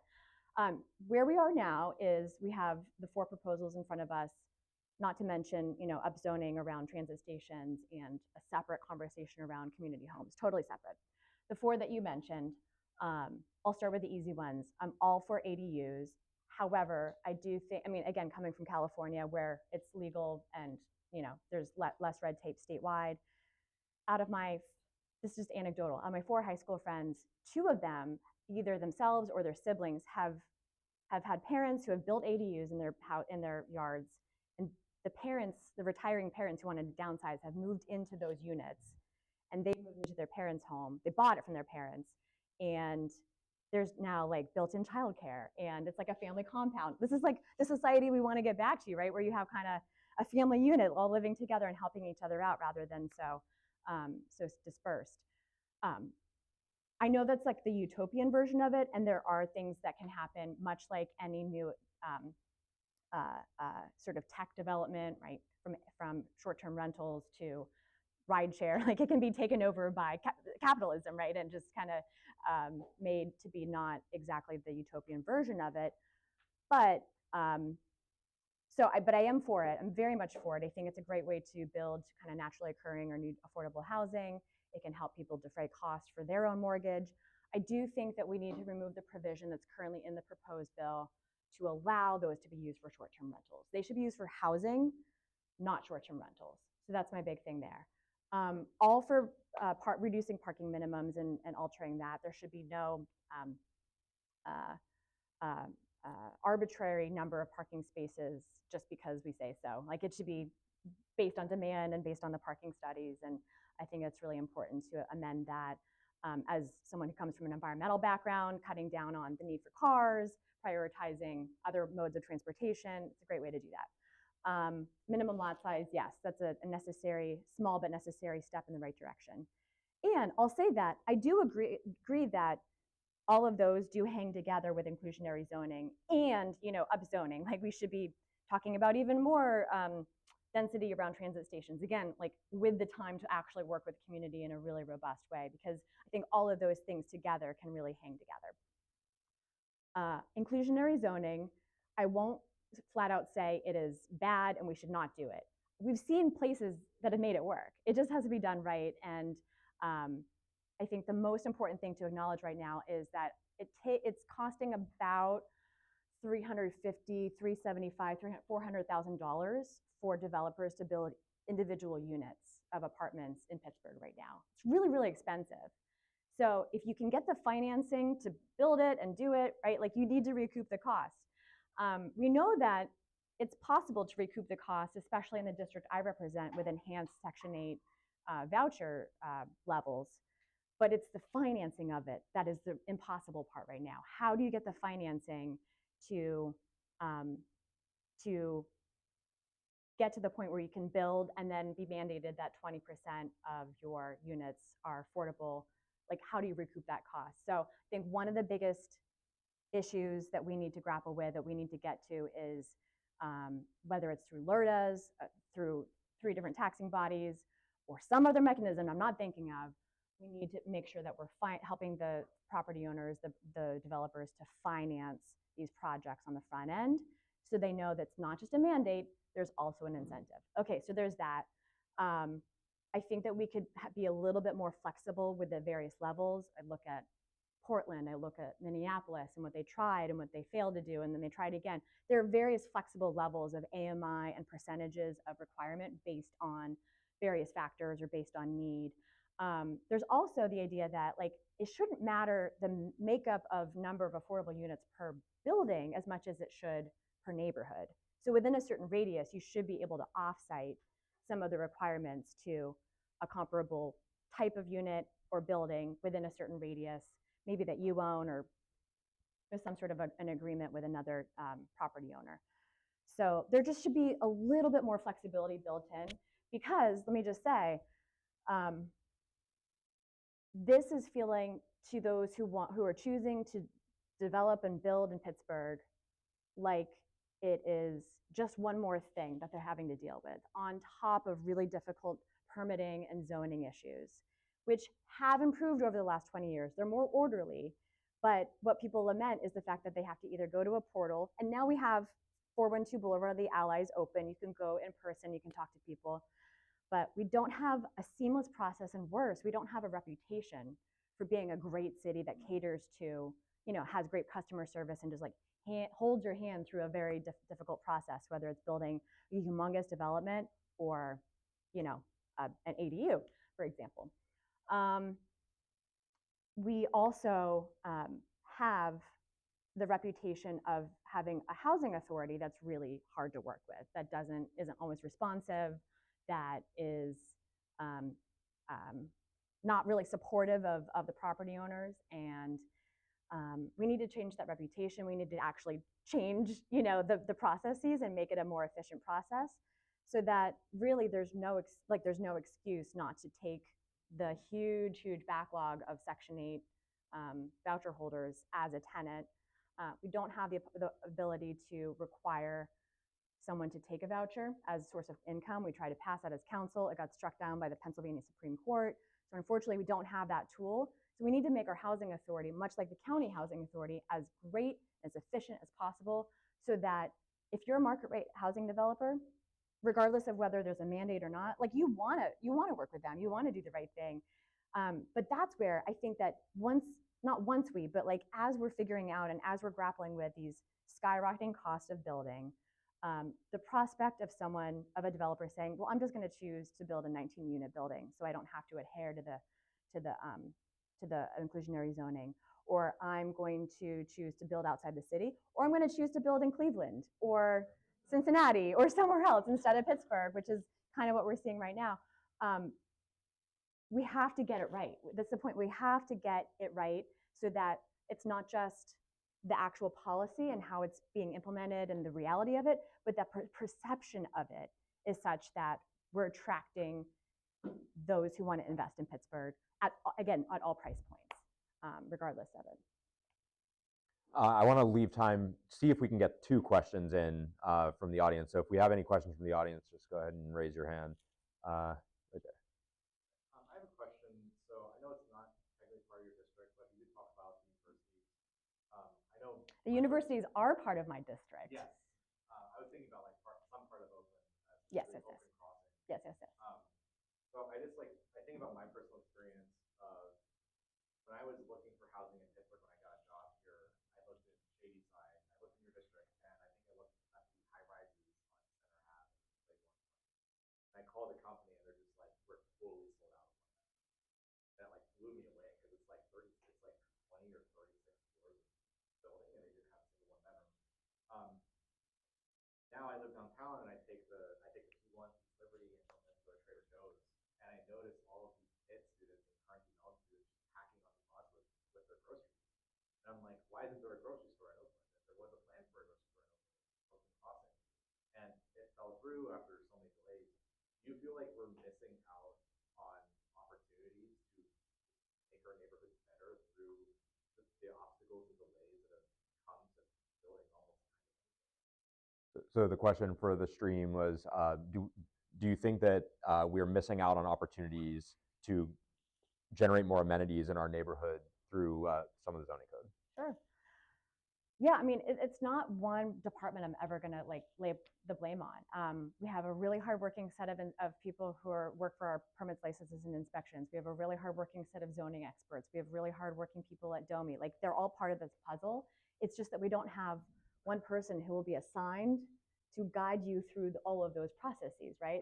Like I keep saying, you could go back and watch it. Every time we have a budget hearing, I say, we need an ombudsman to help you through that process. And I still believe that we need that and an office of like a small business or office of something, wherever it's housed, to like help, especially the larger developments, through that process to ring the alarm bell if something's going wrong. So that's all part of what I mean when I say we need to do a better job of catering, just having great customer service and gaining that reputation for great customer service, that you want to do business with Pittsburgh, whether you're opening a small business or whether you're working to build housing. And yeah, I mean, what I see in my district is, yes, there was a grocery store, and yes, there was this existing kind of plot of land that was always going to have a grocery store. And we know that Giant Eagle and Echo and Getco all work together, right? But the Giant Eagle that was formerly called the Shakespeare Giant Eagle at Penn and Shady, that went through a humongous, like 5 neighborhood community process that we pulled together, committed to 50% affordable without any tax breaks, without any city subsidies, in part because they knew that there was going to be a grocery store that could help to leverage the affordability for the housing.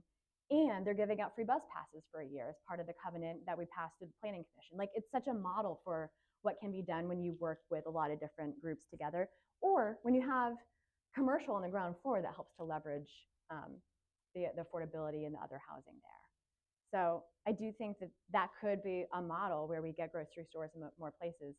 Now, grocery stores do their own kind of, like, I don't know, modeling to see if a full grocery store is going to work in a certain neighborhood or not. And it's impossible to convince them that a grocery store is going to work if maybe it doesn't. But Your point is well taken. I think we can do one more question, but caveat, make it a quick question. And I'll be short, sorry. Yeah. Let's go in the back there.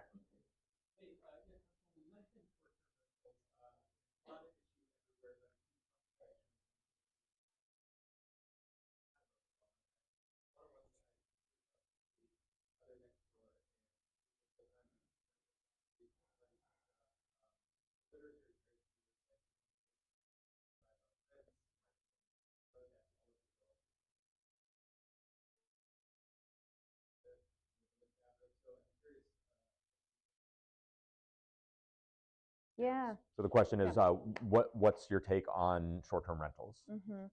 So we have legislation that we passed and was wrapped up in our beleaguered rental registration program, which has been the source of like 4 different lawsuits for the last 16 years. So what we really need to do is just like separate that out and ensure that it's legally safe to do so, but separate that out and introduce a new bill that we can hopefully get passed on as a standalone. What the actual bill says, I mean, I'm open to starting from scratch and looking at the cities that have gotten it right, because much like, I don't know, inclusionary zoning across this country, or much like parking minimums or any kind of legislation, you can look at and see what worked elsewhere, but it might not be the right fit for Pittsburgh. Anything from a minimum number of nights to limiting it to certain zoning areas to just tougher regulation to the extent that we have the power to do so. I know that my colleague Bobby Wilson, Councilman Wilson, has been taking the lead on that. I'm looking around. Maybe there are others on council who are also taking the lead. I don't know. It hasn't been a hot topic of conversation, but it is certainly something we need to return to as we're grappling with all these other housing and zoning bills, for sure. And soon, because of that exact issue. Thank you very much, Councilperson Strassburger. Thank you.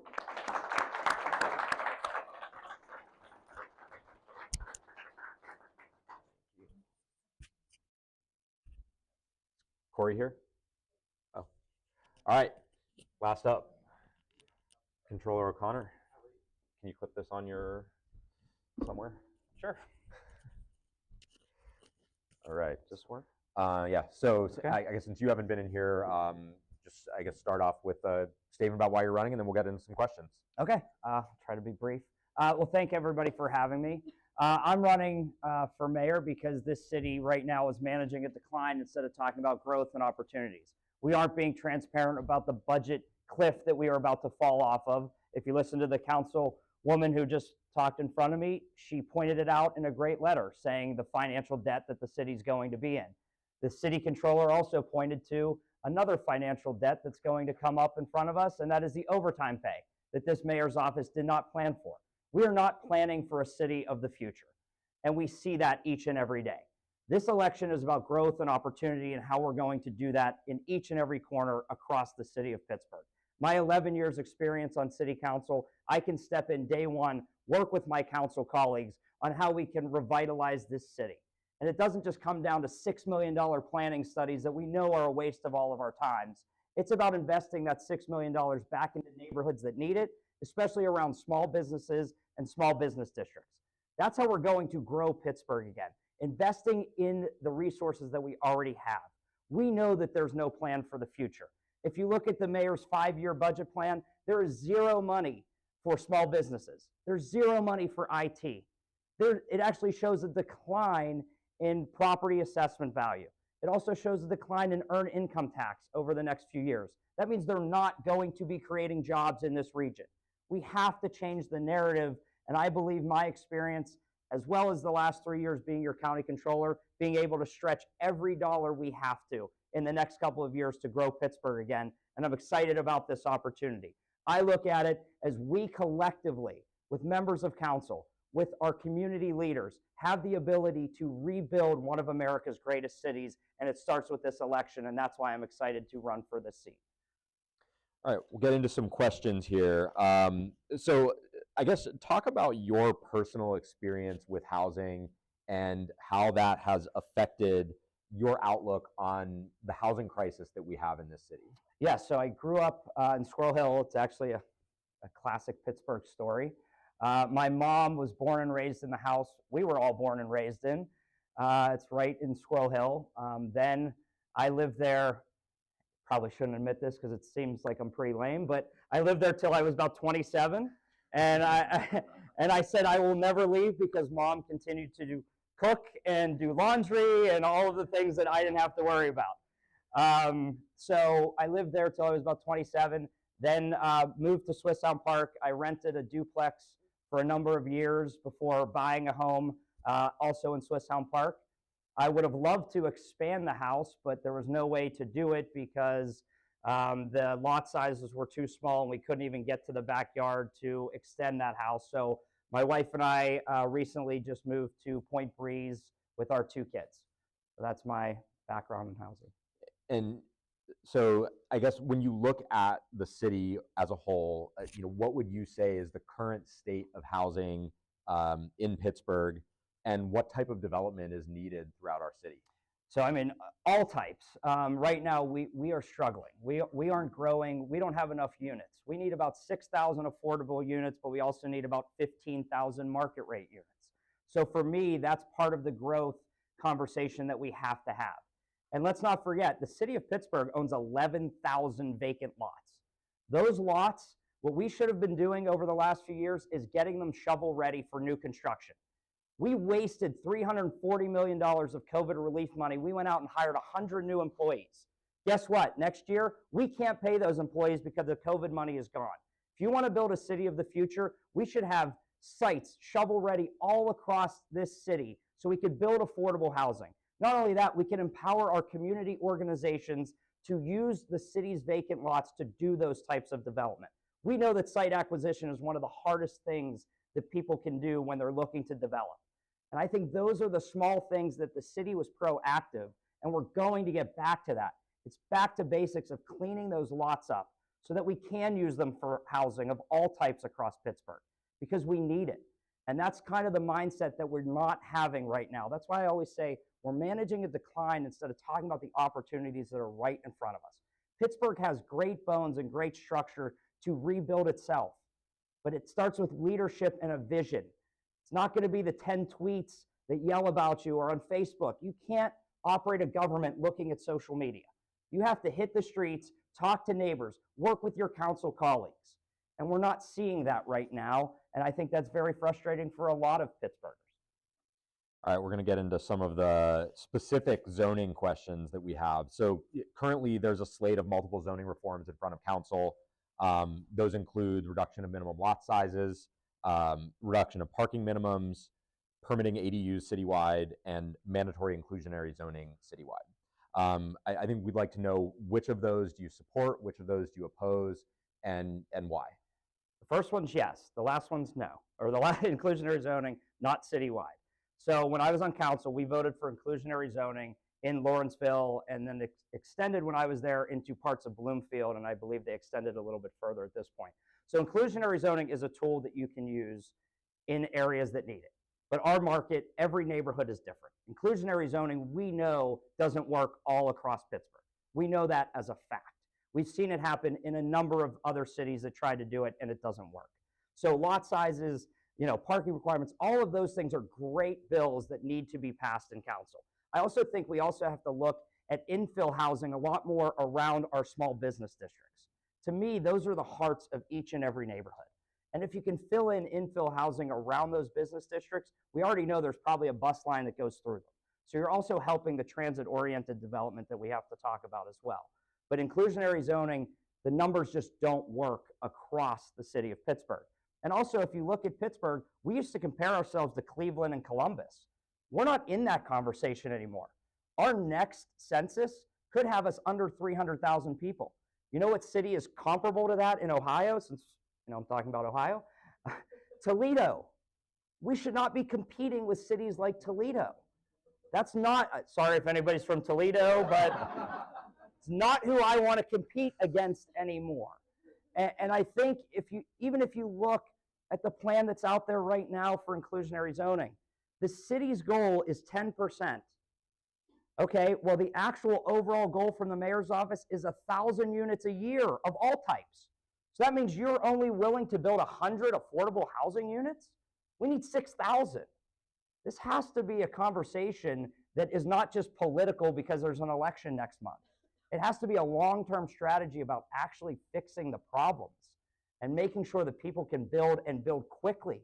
Also, I know this is a longer answer than you wanted. No, this is but it also goes into our permitting system. There's no reason why when somebody wants to do an extension on a house or build a fence in their backyard, they have to wait months and months and months. We have to speed up our permitting system. I love a lot of cities are doing this now. After 4 or 5 weeks, if you applied for a permit, you get it by right if your engineer or architect have certain certifications. That will show that Pittsburgh is open for business. And I think we need to get to that mindset. We're still going to inspect the projects. And these aren't, all of a sudden buildings that are going from in a neighborhood of 2 stories to 10 stories. No, they still go through planning and zoning, but permits have to be sped up. And it will alleviate a lot of stress at the PLI system as well. And the workers that work so hard to get these permits out, that'll alleviate a lot of stress that they're under right now. Let's talk a little bit about, I know you briefly mentioned it in the last answer, but about transit-oriented development. I think many people in this room have been dismayed at the upcoming fiscal cliff for PRT and across the state and in SEPTA if the state doesn't come through with more funding. Also recently, the Gainey administration shelved their plans for transit-oriented development. So I'm curious to hear, what would your plan for transit-oriented development so that we could see more housing happen around our transit infrastructure? Yeah, I mean, we have to look at transit-oriented development everywhere, not just on, certain cherry-picked areas. For me, you can almost, and you'd have to get to more details than this, but if you look at what we did on the RIV, which was basically zoning requirements around our riverfronts, allow a point system around our stops. That will at least encourage people to do more development in areas that haven't seen it before. And I think if you start looking at overlay districts around our major transit lines, that will go a long way in helping actually us go to the state to fight for that funding to keep our transit lines. And being the county controller, it's actually a little frustrating to me that I don't have the ability to actually audit PRT. There's a law, we can't audit authorities. Not that I'm saying they did anything wrong, but it would be helpful to have an independent voice like the controller's office being able to audit these authorities so that we can back up the numbers that PRT is seeing. So when we go to the state, we have a lot of data to then lobby with our county executive about how we're going to get this funding, because that's a lifeline for a lot of people. We cannot lose our transit connections. And it's not just the major lines that get people back and forth from downtown, it's the connecting lines that get kids to high schools. Those are the really detailed oriented development that we have to talk about, but we also have to do our very best as a cohesive unit in Western PA to go up and fight for those transit lines so that they stay whole and they don't lose all that money. All right, so since 2010, the city has added 50,000 new jobs, but during that period of time, we've only built around 14,000 new homes in the city. Additionally, Pittsburgh is currently building around the same amount of homes as Harrisburg and less than peer cities like Cleveland. I think you pointed out some of the comparisons to Ohio. So with the fiscal cliff that Pittsburgh is facing, how do we ensure that people who work in the city can live in the city? Well, what's the old movie, one of my favorites, If You Build It, They Will Come. I mean, if you start building, we will have the ability to be more affordable for a lot of people. And we're not doing that right now because we are managing a decline, and it's frustrating. I mean, you just compared us, not that there's anything wrong with Harrisburg, but again, if Harrisburg is building more units than us, or roughly the same size, that means we're not building enough. Just came from a debate. We heard the mayor say, well, last week I think he said, we built 3,000 affordable units. Then it went to 2,000 units. Then it went to 1,400 units. And you know what he said tonight at the debate? He said he built, in his time, 16,000 new affordable units. So I asked him, let's take a walk and you show me those 1,400 new affordable housing units. They don't exist. Oh, wait, no, I'm even lowering the number. He said 1,600 affordable units that were built under his administration. That is a blatant lie. We know that they have not built brand new 1,600 units in this city. It comes down to being transparent about what's actually happening. And then you bridge the gaps on the units that you need and where you can build those units. A lot of this conversation needs to be about transparency and where we're going as a city. And we're not seeing that right now. And that's why I believe we need a change. We need a vision, and we need somebody to step in day one and be truthful and honest. I can build affordable housing. I built affordable housing when I was on city council. I built affordable housing in a neighborhood that I got resistance against in Squirrel Hill. We built, the gateway to Squirrel Hill is now 2 brand new affordable buildings on a transit line because I can do it. You don't need a zoning bill to do it. You need a leader that's going to sit down with developers, whether they're, market rate developers, whether they're affordable housing developers. You sit down and you negotiate for the city because that's your job. And that's how we're going to turn this thing around. And I'm just so frustrated that I hear these numbers and there's just no proof of it. And I think that frustrates a lot of people because we need more housing stock of all types. And I know this is, again, a longer answer, but last year we just did an audit on the homelessness assistance program. We just audited $10 million. And we found that there's not enough transitional housing. And we also found out, obviously, there's not enough affordable housing. But if we want to actually help individuals that are seeking places to live, we have to start building. And we have to start being creative with how we do it. And we have the tools in the toolbox right now to do it. We don't have to reinvent the wheel. We just need a vision to get there. All right, we'll take some questions from the audience. So we should have time for a few more than with the previous candidates. Back there. Yeah. So when I think about growing a city, I think about not just the housing, but also the jobs and the I know this is a housing forum, but can you talk a little bit about bringing jobs into Pittsburgh and how we stay competitive with I know we're not in New York City or Silicon Valley, but how do we keep our larger companies from moving out? Yeah, let me repeat the question just for the stream. So the question was, how does Pittsburgh remain competitive in terms of both attracting and keeping jobs in the city? So the first thing that's a good idea is actually call companies that exist in Pittsburgh. We don't even call robotics companies that are here. That's a shame. And we know that robotics companies and AI is the next big wave. But if you're the mayor and you're not even talking to them about how they can expand, seeing what space around our communities that we can offer, because we know we have vacancies all over, especially in downtown. Why are we not talking to the companies that are already here to enable them to expand? Because we also know that one tech job creates probably 3, maybe even 4 other types of jobs. And we have the resources right here when you have Pitt, when you have CMU, when you have Duquesne. We have to start actually working with organizations that are here and companies that are here. I've said this multiple occasions. If I'm elected, day one, you put aside at least an hour, if not 2 a week, to call companies that already exist in Pittsburgh and give them the personal touch that how can we help you expand, create more jobs in the city.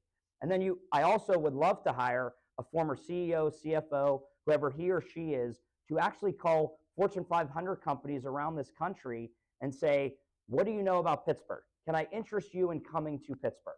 Because you're going to have to do those types of things. And we have a great example of what's going to happen next year. We have the NFL draft coming. And it's not about who gets picked or any of that stuff. It's about how are we going to sell Pittsburgh? And right now, I will tell you, there's going to be a commercial shot that shows the same thing. Old steel mills, ketchup bottles, the waterfronts, it's the same thing. What I want that commercial to do is go to the South Hills and talk to the 40 immigrants who created new jobs, new companies in Pittsburgh. That should be the commercial. How did you make it work in Pittsburgh? Talk to entrepreneurs that live in this city. How did you make it work? Why do you love Pittsburgh? We have to start reshaping our sales pitch, and we're not doing it right now. And that is the best way to keep companies here, but then motivate other people to come to Pittsburgh.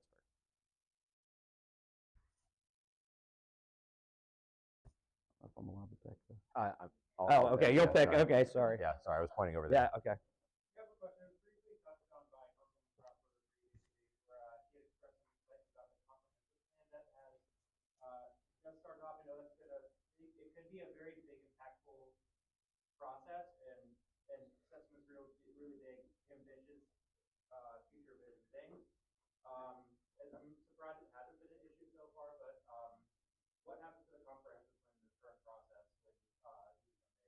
So the question is, what happens to the comprehensive plan and the current process if you were to be elected? Well, I mean, obviously, it's continued. If that's you're talking about the $6 million citywide plan. I'm not aware of it.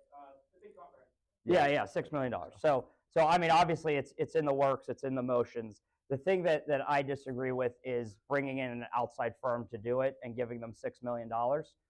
We have a great planning department. We have great employees in the city of Pittsburgh. We actually have a lot of great neighborhood plans that already exist. Merge those together. Imagine if you could have saved $6 million and did projects like that internally, because that's the planning department. The people that work there love their jobs. They love this city. That's where you could have saved the $6 million. Obviously, it's in motion. Let's get through it.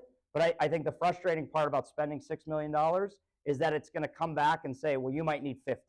And I think that's where we got to be realistic and really tighten our belts on where we're going to spend this money, because we have the resources already in Pittsburgh. I hate when we outsource things like that because it's taxpayer dollars going to somebody that's not an expert in Pittsburgh, and it takes them 6 months to figure out that Greenfield and Garfield are different neighborhoods. And I think those are the frustrating things that I've seen being on council and now being the controller and looking at it from a more countywide perspective. We have great people here, and comprehensive plans are needed. I argue about the $6 million that was spent, but it has to continue. It's already in motion. Let's get it, and then let's see how we can fix the problem through that plan. In the back up there. So in Councilwoman Strassburger kind of touched on this. A big element of the housing scene and affordable housing is public housing and housing choice vouchers. But the housing authority, as well intentioned as it may be, is an absolute mess, especially the housing choice voucher department. And there's also a lot of concerns as well with maintenance and standard habitability. The housing authority is an independent authority. It's not from the federal government. There's only so much to do, but there is local oversight.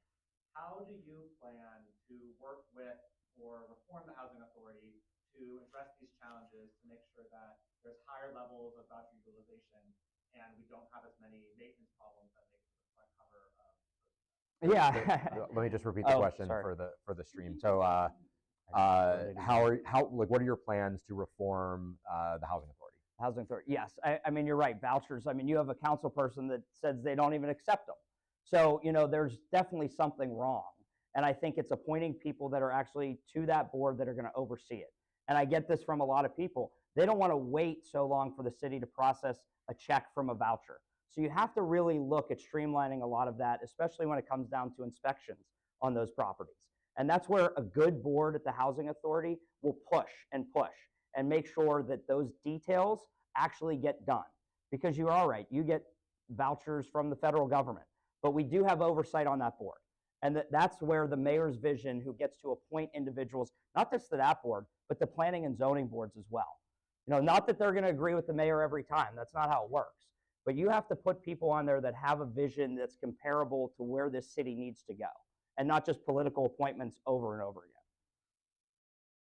There's somebody. Oh, they're all over here. They're over there. Sorry.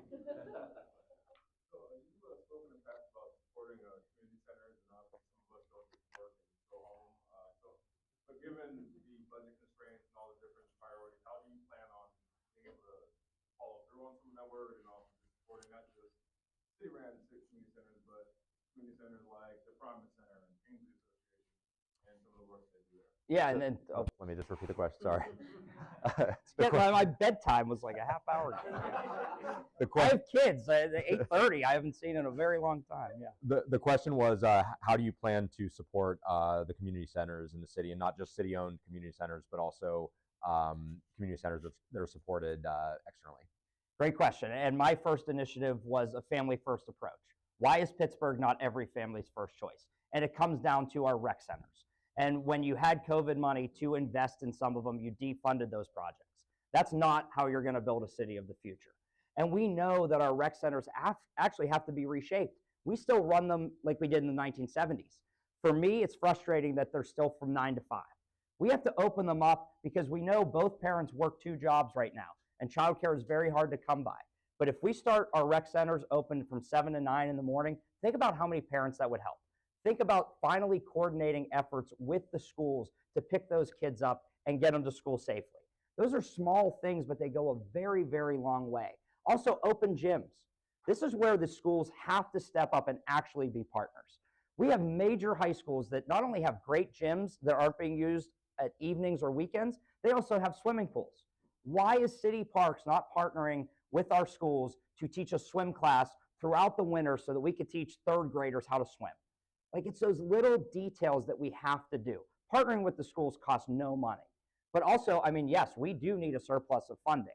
And I think the pilot program is a great way to do it. We hold our nonprofits accountable, but we ask them for things that fit their mission. And I'll use an example. Both hospitals need to pay their fair share. Imagine if the hospitals purchased our ambulances. I'll go even further, purchased our plow trucks. That could be $5 to $6 million a year that I've now saved on capital that I invest back in our rec centers. And that's a specific ask. We aren't doing that right now. We want money to go into our coffers. They're not going to give us money to go into our coffers. How if you are the president of Pitt, CMU, or Duquesne, going to justify the tuition and say, oh yeah, we raised your tuition because that money's going to fill the city political appointees and fill the budget gaps in the city? You can't sell that. But you know what Pitt and CMU can do? They can invest in our trails, and they can save me capital in our parks because their students use them. You know, those are the little things that go a very long way. And also, I get complaints all the time. Well, you know, you say open gym and kids are going to go in there and play volleyball, play basketball, and something's going to break. They're kids. A window broke, guess what? City should suck it up and fix it. We want our kids to have a place where they can go and meet new friends and be part of the community. And we have to start trusting our youth so that they trust government and that they want to be involved in their city long term. And those are the ways that we actually rebuild a city. So, thank you. Right there. Yeah, you. Sorry. Awesome. I was going to ask, with sort of the budget constraints, and I think you recognize that it seems that you believe that layoffs are necessary of some of the city employees. I guess I was asking how you plan on sort of supporting them in that transition and not potentially, do you worry at all about that fueling population decline? So the question was, with the coming fiscal cliff, you know, how do you handle potential needs for a reduction in staff? Yeah, I mean, first, I don't want to reduce any staff except the mayor's office. I mean, the mayor's office right now is over $5 million. That's crazy. You know, you have to go in there with a lean mayor's office that is actually experts in city government, that know what they're going to do day one. Other city workers work so hard, I don't plan on doing any other cuts. I mean, I think you look directly at the mayor's office first, and then you go out and you negotiate a pilot. And you look at fines and fees that haven't been paid to the city in a very long time. You first look in the mirror and see where we need to bridge gaps in funding, but I would not want to lose any of the hard workers at Public Works, Sanitation. I mean, you could go on and on because they actually do the difficult work that makes our city great. So I would not plan on those cuts, except first, the mayor's office cannot be above $5 million. Right there. I'm pointing, sorry. So I've been a professor at Carnegie Mellon for 20 years, and when I came here, Pittsburgh was pretty much a paradise for grad student housing, right? I have my students buying houses. They don't do that anymore. Sorry, this is my comms team that doesn't know how to work a phone, so.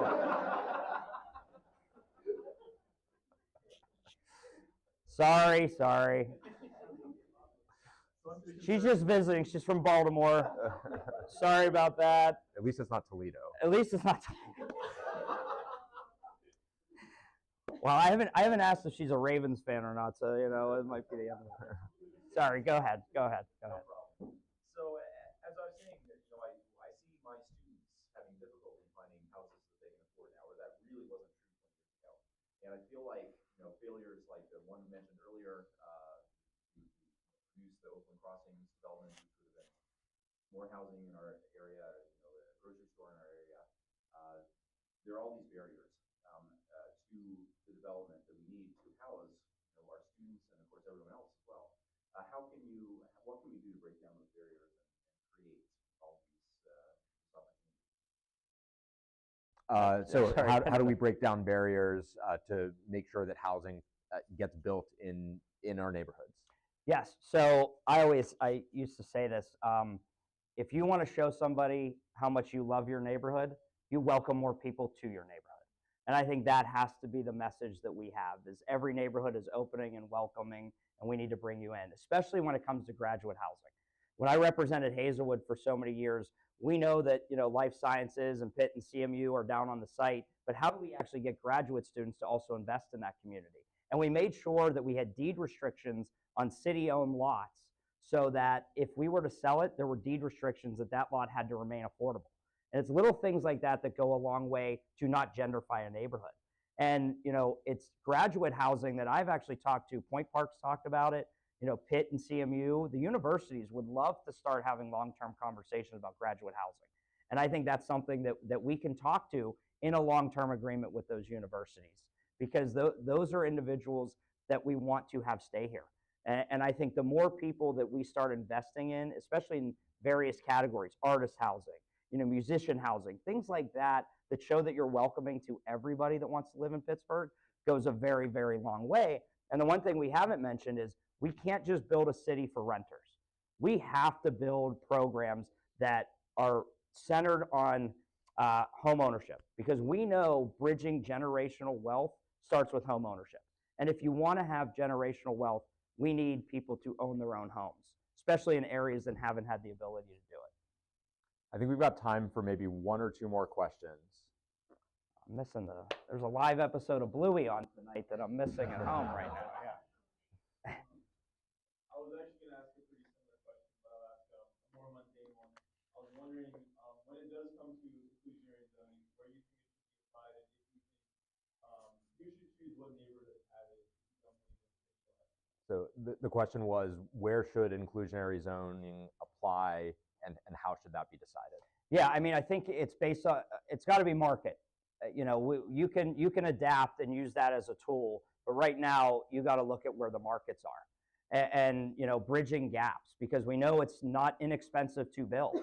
And Lawrenceville, at the time when we did it, that market was gentrifying way too quick, and that's where you have to be smart about the locations that you actually use it in. It can't be flat citywide, because we've seen other cities that try it, it doesn't work. And it comes down to cost. It comes down to cost for community organizations that are building low income in markets that are less than Lawrenceville. And that's why it's got to be market based in order to do it and make sure it's successful. So the first home that my family lived in when they immigrated to this country was a student apartment. I wish the mayor were here tonight, because I really want to ask him this question. In Oakland, there's a zoning district called Urban Center Employment, which says that 100% of units must be affordable. I am in possession of a letter from the RCO that says that college students don't actually qualify to live in these apartments that are affordable. That's the 36 acres on the 5th and 4th corridor in Oakland. So essentially they have de facto banned student housing in Oakland. And as many people know in municipal housing, I say no this all the time. You have talked about how there is problems in our permitting system and our licensing system, and it takes too long. For me, the thing that makes me crazy is UCP. That drives me nuts. Is there something in housing, like a project or development, affordable housing market rate? Is there something that drives you nuts that you feel was fumbled? And if so, what is it? So the question was, is there something about housing in Pittsburgh that drives you nuts, that like makes you crazy when you think about it? I think yeah, I mean, I think there's a lot. But I also think it's frustrating when sometimes you have community organizations that are supporting a development, and you get one or two people within that neighborhood that complain, and then a project were to go to the planning commission and it would be turned down. And it's like, you're not looking out for the betterment of that community. Not everybody's going to love every decision a mayor makes, but you have to make the right decision that's going to impact the most people. And I think that's the mindset that you have to have.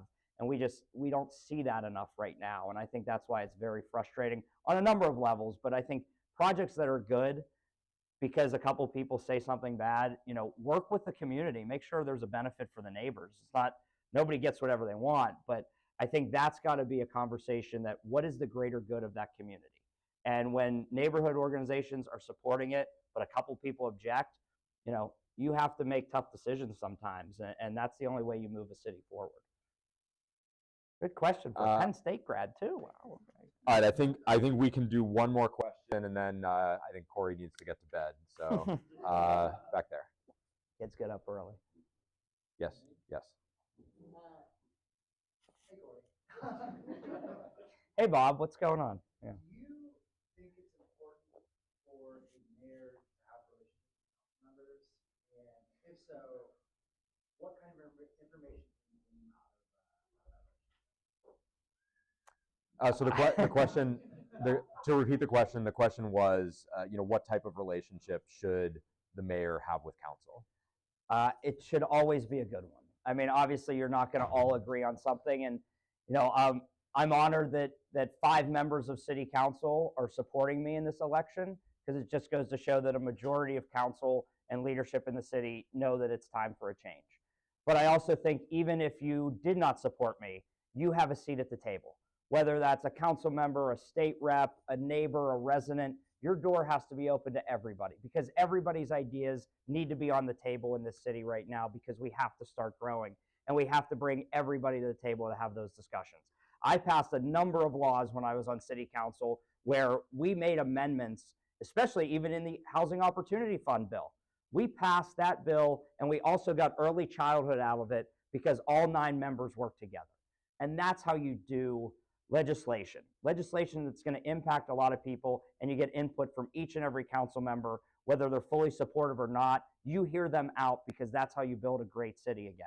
And we're not doing that right now when council members are being overlooked because they're not supporting the mayor. That's not how it goes. You cannot do that and be successful. And I think that's changed, or it has to change. And you could talk to any colleague I've worked with on city council. We may have disagreed on something, but the next day we were talking again. And that's how you build relationships to actually pass impactful legislation in the future of Pittsburgh. Well, thanks very much for joining us. Yeah, I guess we can clap, and then I'll get some closing remarks.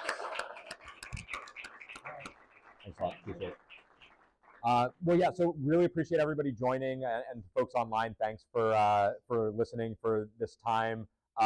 If you haven't already, the QR code up above will keep you informed about events that we're doing, speakers that we have coming.